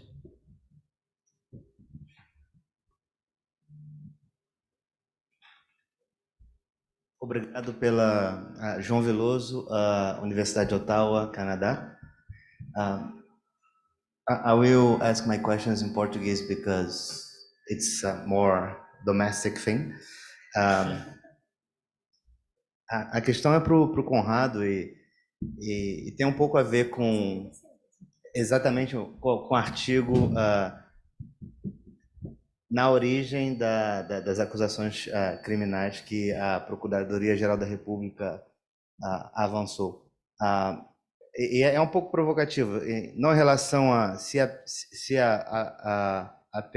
PGR é um pouco a antessala do Bolsonaro, mas poderia ser de outros governos que iriam cooptar a PGR, mas eu coloco uma questão talvez um pouco mais delicada, que se aplica menos aos integrantes da mesa, como alguém da USP ou como alguém da PUC, que seria em relação à Procuradoria-Geral Federal, que é essa estrutura da Advocacia Geral da União, que tem em cada autarquia federal, incluindo em cada universidade federal, que concentra a maior parte da pesquisa no país, eles estão ali essencialmente para verificar a probidade administrativa e de ver questões éticas e controlar, de uma certa forma, no dia a dia, administrativamente,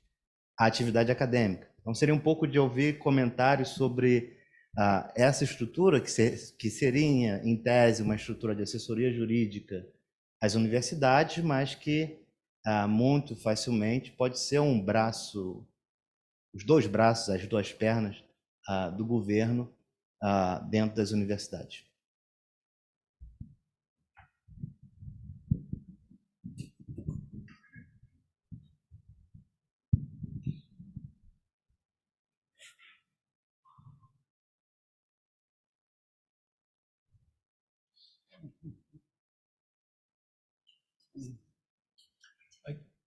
Ok.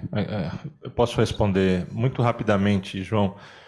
De fato, só alguns esclarecimentos institucionais, na verdade, João. Obrigado pela pergunta. Parece preciosismo, mas não é. Eu não fui processado pela Procuradoria-Geral da República. Eu fui processado pela pessoa do Procurador-Geral da República, Augusto Aras. O presidente pode ser processado pela instituição Procuradoria-Geral da República. Eu fui processado pela pessoa porque ele se sentiu pessoalmente ofendido. Claro, ele também é o Procurador-Geral da República e isso dá toda uma gravidade para a ação por eu ter falado que ele era a antessala do Tribunal Penal Internacional, a omissão dele era a antessala do Tribunal Penal Internacional para o Bolsonaro, aproveitava uma metáfora que ele também tinha feito da antessala do estado de exceção, enfim, esse foi o meu caso, mas e mais um esclarecimento, né? Você disse que a Procuradoria, eu sei que as autoridades jurídicas, isso gera uma confusão geral, mas a Procuradoria-Geral da República não faz parte da AGU. É o Ministério, quem me processou foi um membro do Ministério Público Federal. A outra coisa, e aí entrando no seu ponto, eu entendi sua preocupação, advogados-geral da União, que são os advogados do Estado, assim como as procuradorias do Estado na dimensão federativa, subnacional, de fato prestam serviços à eventual universidade. E eu confesso que eu não conheço muito bem esse tema, não sei. No caso da USP, por exemplo, a USP tem sua própria procuradoria, não faz parte da Procuradoria-Geral do Estado. As universidades federais, não sei se tem sua própria advocacia ou se elas recebem da Advocacia-Geral da União. Então esse é o teu problema, eu entendi.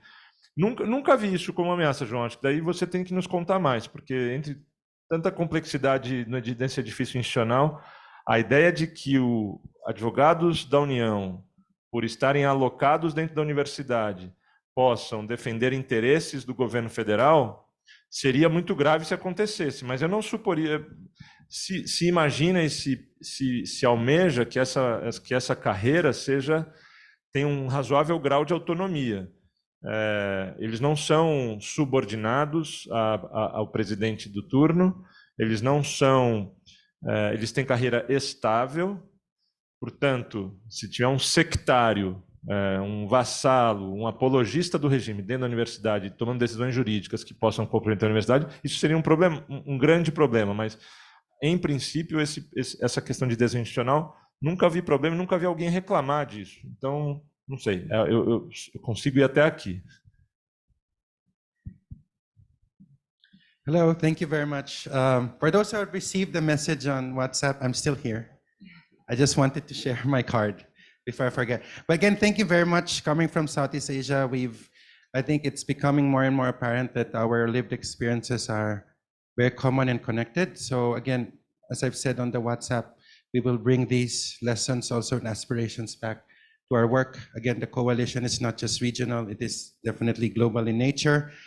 I just really want to point out, and this is something also that we are working on, particularly when Daniele mentioned about allies, and about looking at academics as human rights defenders, or rights defenders, because again, there are mechanisms whereby you can push for, in terms of advocacy, ways on how you can systemically protect academics from harm, preventing and protecting them from harm. And again, this is something that we're open to discussing, particularly with civil rights, civil and political rights organizations in Southeast Asia, because they're too confused about academics being involved in spaces like this. And whenever there is a person facing harm, where do you put them?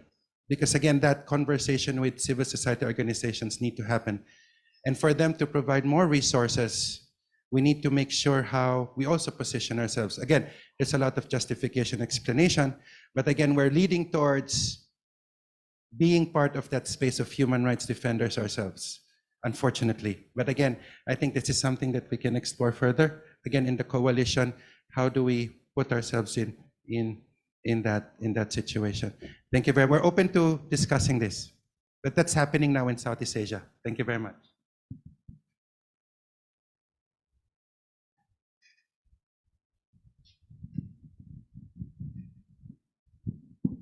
Muito obrigado, professor Conrado e a professora Pamplona pelas apresentações. Uma pergunta para você. Uma pergunta primeiro de situação atual. O processo contra você segue ou tem sido ou já culminou? Acho que isso não ficou claro. E em segundo lugar, ou seguindo isto, você mencionou no momento que a sua universidade não fez nenhuma manifestação e deixou você sozinho contra o ex-governo.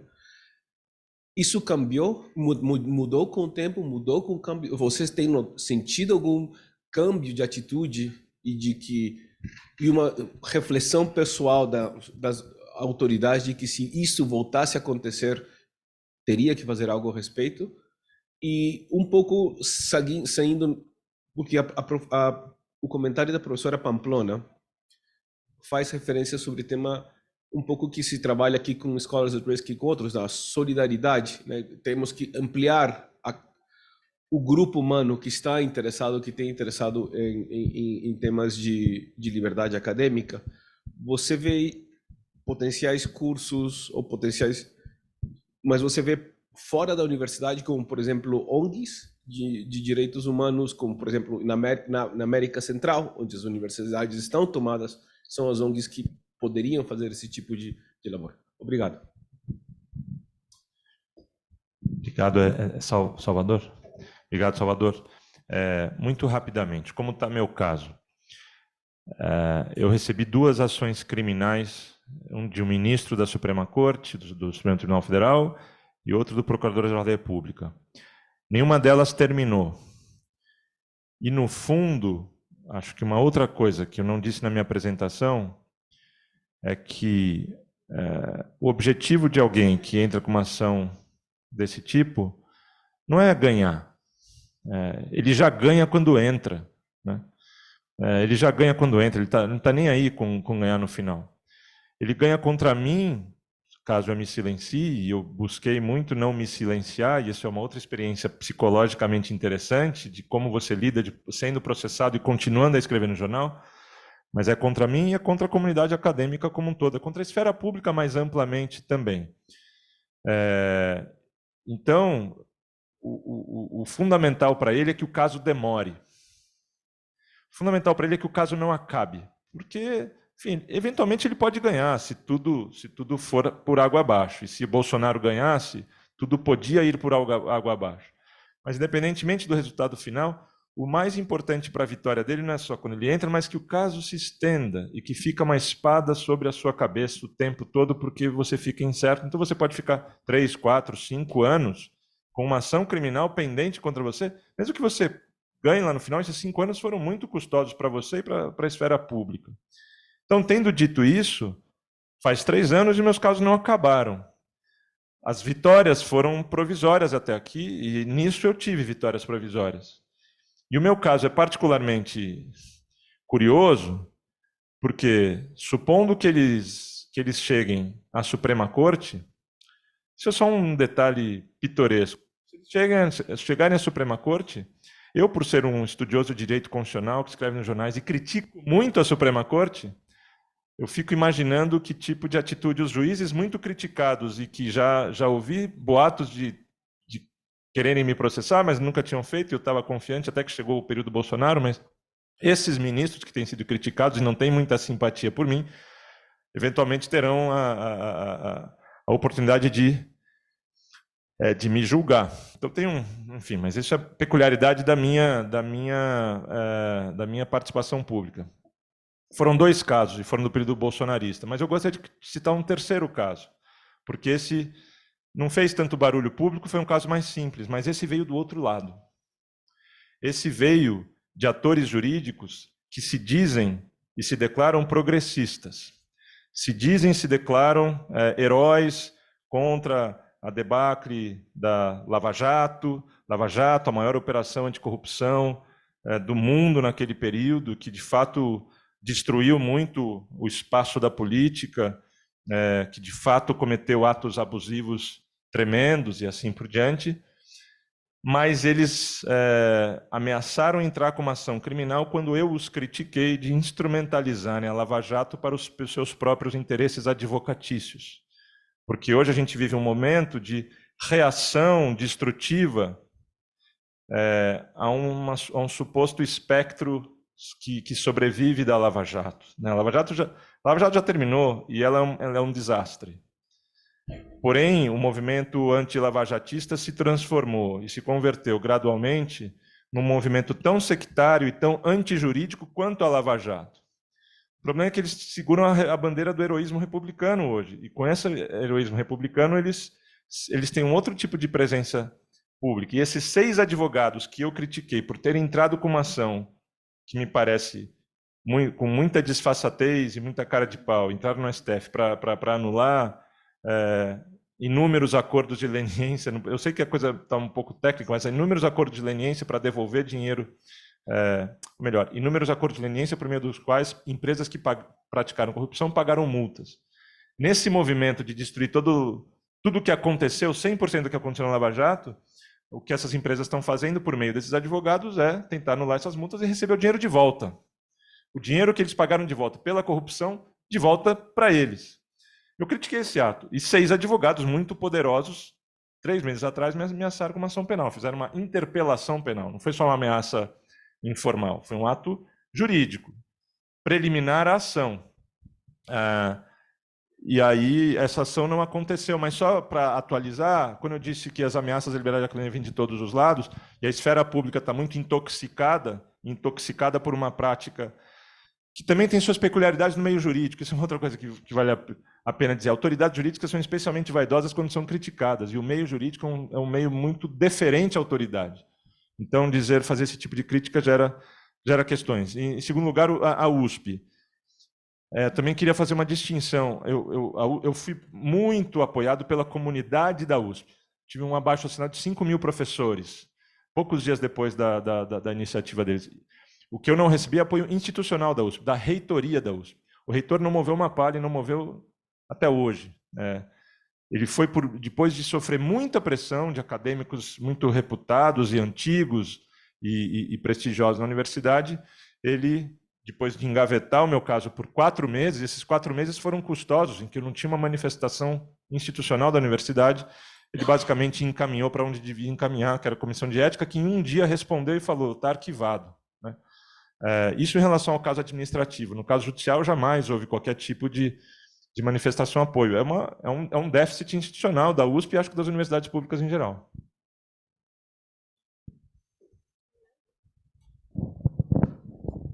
Thank you so much, Professor Conrado.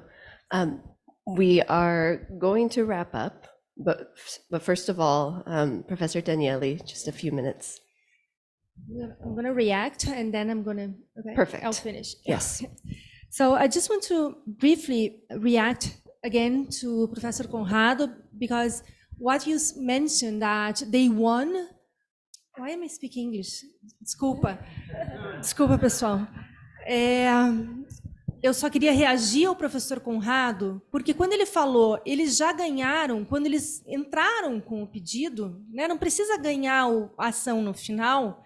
Essa é a sensação de quem é vítima de algo que é conhecido, né, que são os litígios estratégicos contra a participação pública, os chamados SLAPs, Strategic Lawsuits Against Public Participation. E aí vem a relevância, né, de ações, iniciativas como a que o Joel estava comentando com a gente, né? Então, quer dizer, a gente precisa se enxergar mesmo como defensores de direitos para que a gente possa ser enquadrado em determinadas proteções específicas, como seria esse caso. Mas aí, brevemente, para responder o Salvador, Salvador, sim, eu penso para pessoas de fora da comunidade acadêmica. Eu acho que a sociedade, esse é o tipo de informação que tem que ser oferecida a qualquer um da sociedade. Quem quiser se inscrever em um curso desse deve poder. Então, eu acho assim que essa é uma informação que deve ser disseminada para todos. E assim, Eu gostaria só de aproveitar que tive a palavra novamente e oferecer uma singela lembrança para o professor Conrado, nessa primeira vez que ele vem à PUC, que é, na verdade, um conjunto com uma caneta e uma lapiseira da PUC que nós oferecemos, então, para os nossos palestrantes. Professor, obrigada mais uma vez por vir até aqui.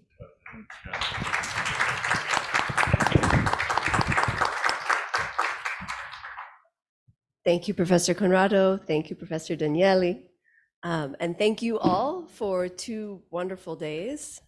Please join us outside for one last coffee break. Oh, sorry.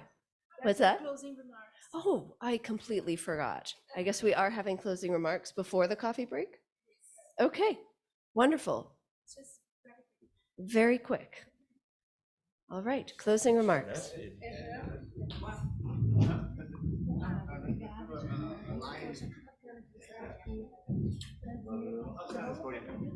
Thank you. Muchas gracias. Closing remarks? Yes, closing remarks.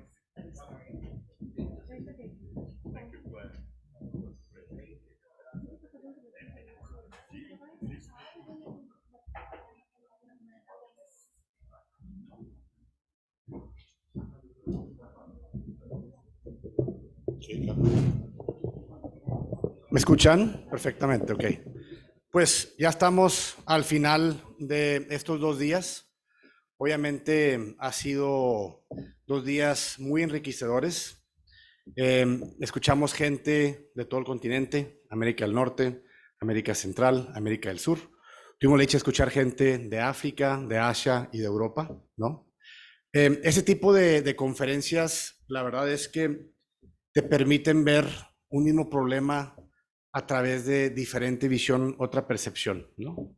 Siempre digo una frase de Marcel Proust sobre esto, no me lo sé de memoria, pero en pocas palabras lo que dice es que no sirve de nada viajar dentro del universo si mantenemos los mismos ojos, ¿no? Cuando uno escucha discutir el mismo problema que se ve en diferentes países, pero con una percepción muy contextualizada, nos permite a nosotros ver ese problema con diferentes percepciones.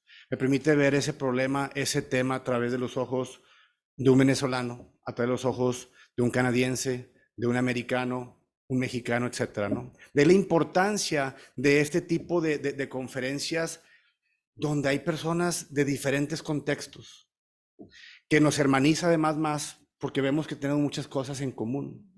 Tenemos los mismos problemas y tratamos de resolverlos también porque sufren lo mismo que sufrimos. El chiste es ver cómo resuelven ellos para ver si me sirve a mí en mi contexto o cómo yo puedo apoyar para que ellos lo puedan resolver en su contexto, ¿no? Entonces, en ese sentido, ha sido, creo yo, que una excelente conferencia. Hemos aprendido mucho, hemos compartido mucho conocimiento. Desgraciadamente, esta conferencia es porque hay ataques a la libertad académica. Me encantaría mejor estar aquí hablando de bossa nova o de otra cosa brasileña y mexicana que también compartimos, pero estamos aquí porque la libertad académica y la autonomía universitaria es atacada, ¿sí? Con microagresiones como macroagresiones, como sistemáticamente, ¿no? Y no importa el tipo de gobierno, autoritario, o si vives inclusive en un país libre, considerado como libre, sigue habiendo ese tipo de ataques. En gobiernos de derecha, en gobiernos de izquierda, en gobiernos de centro. Entonces, es un problema que todos sufrimos de una u otra manera, ¿no? Y si no ponemos atención en los pequeños problemas, se puede ver más grande. Lo dijeron ahorita que es mucho más fácil prevenir que corregir. Hay unos países que ya están en la parte de cómo corregir algo. Desgraciadamente es una lucha contra una marea, contra toda una institución, gobierno, instituciones, ¿no? Entonces, aquellos países que todavía no estamos a ese nivel, y toco madera, esperando que haya menos cada vez, ver cómo empezar a prevenir esos problemas para no llegar a eso. Por otra parte, también quisiera comentarles que estamos muy agradecidos con el equipo, ¿no? El equipo, pues obviamente de Daniel, contentos con la escuela de Derecho de aquí de la universidad, con la clínica que ustedes manejan de derechos humanos, con Daniel, todo su equipo. Tuvimos ayer una charla bonita ahí con los alumnos de ustedes. La verdad es que creo que están haciendo un trabajo increíble. Y pues obviamente detrás de ellos hay mucho más gente, ¿no? Posiblemente los que están ahí en las cabinas haciendo su trabajo laborioso de traducción, que de repente uno habla con una muletilla o con una palabra que no sé, que nadie sabe más que los de ese país, o hablan demasiado rápido como un mexicano ahorita, y hacen su esfuerzo mejor para que podamos todos comprender, que también es una cuestión importantísima de esta conferencia. Cada quien habla en el idioma que quiera, ¿no? Et seulement nous a manqué un peu de français, mais pour la prochaine fois, il faut avoir plus de papier, de papers dans cette langue. Pero también es bienvenido. Entonces, en ese sentido, la verdad, muy agradecido con esta posibilidad y esperamos verlos el siguiente año. Veremos dónde va a ser, pero el siguiente año va a haber otra conferencia y pues a seguir peleando y luchando por algo que nos atañe, que es la libertad académica, que como hablaron, es un tema que impacta las instituciones democráticas, ¿no? Pues muchas gracias y un aplauso para todos que han ayudado a esta conferencia.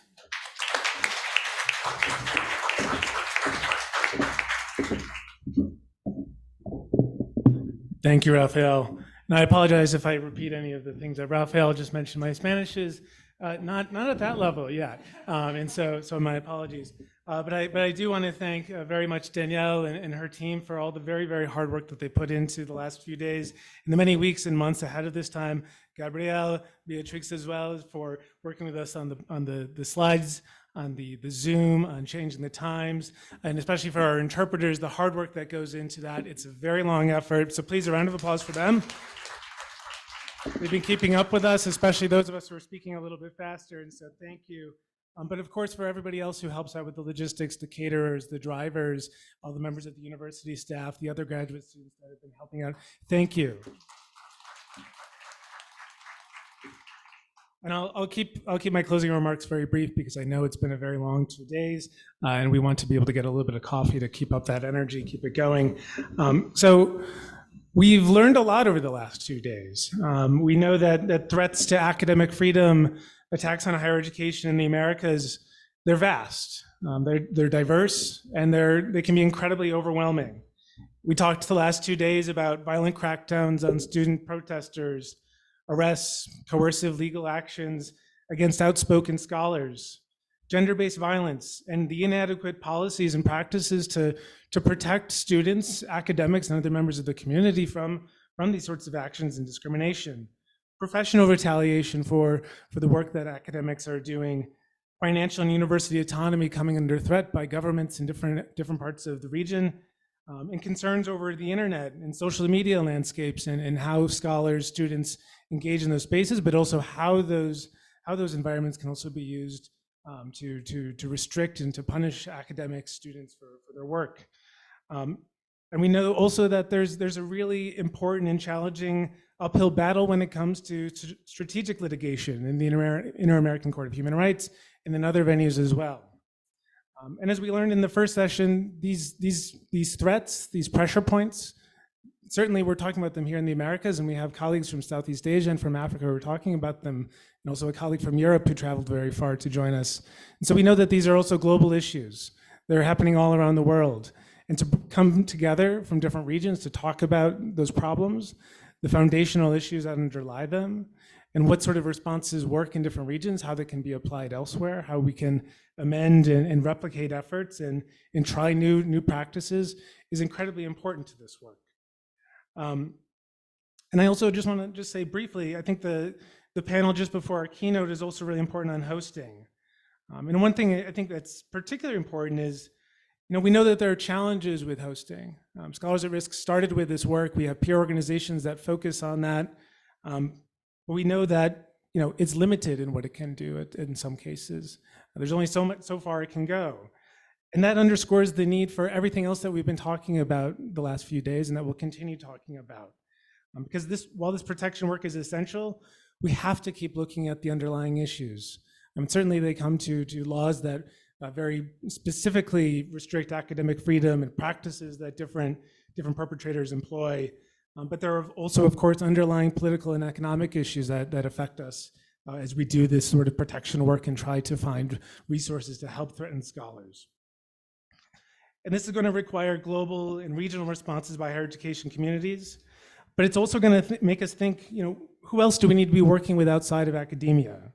There's a point to be considering intersectoral strategies and practices and partnerships that connect us with journalists, with writers, with human rights defenders, activists and artists, others who have very similar struggles, because we know that the truth that comes out in different works, whether it's journal articles, newspapers, paintings, music, they challenge authority, they challenge ideas that certain people in positions of power don't want to hear. They find them threatening. We have to find ways to work together across different sections, I think. But I think the thing that makes me really motivated coming out at the end of this is to see how many different people show up in person, online, traveling from many, many thousands of miles away, spending days just to get here. We have academics in diverse fields in political science, education, peace and human rights, lawyers, activists, communication specialists. And with these participants at this conference, we've been constructing a roadmap. What can we do after today, when we all go back to our own home countries, to think about how do we employ novel strategies, continue the work that we've been doing that's proven to be effective, whether it's monitoring, surveying, campaigns, public awareness, trainings, and just simply standing in solidarity with each other, being there, being present, being able to listen, sometimes when we don't have necessarily all of the resources and capacity to act, but to be there and to think creatively as to who can be there to help. And so as we depart this weekend, we fly back to wherever we're going. I just want us to remember that we got to keep this energy up. There's a lot of ideas here that we're going to be coming back to you all about in the coming weeks to share what we've been talking about. I just have a few departing requests, I guess I could say. Let us know how you want to get involved in this work. When we come back with some of the ideas that we've been collecting, put your hand up, in the virtual sense, I suppose, to let us know where you want to take action. But also bring more people into this movement. I don't think it's very hard for all of us to go home, to talk with 3 people and make an introduction to CAFA to see how they can get involved. If we multiply that by everyone here in person and online, that goes very, very far. And if not just that, share with them what you learned. Express how important this work is and why you traveled here and what they can do even outside CAFA. And I just want to say, I've been so excited to be here for my first CAFA conference, but I'm also very much looking forward to the next one. And we're going to be very excited to share details on how we move forward on that process. But in the meantime, let us know how this conference went. We'll come back to ask more information from you on that. But also let us know how you want to partner. What activities do you have in mind? What do you think would work well for developing more strategies and to bring voices to people who have important perspectives? So now I'll turn our attention to our host. So Danielle, if you'd like to make the final announcements. And again, muito obrigado, muchas gracias, merci beaucoup, and thank you, everybody.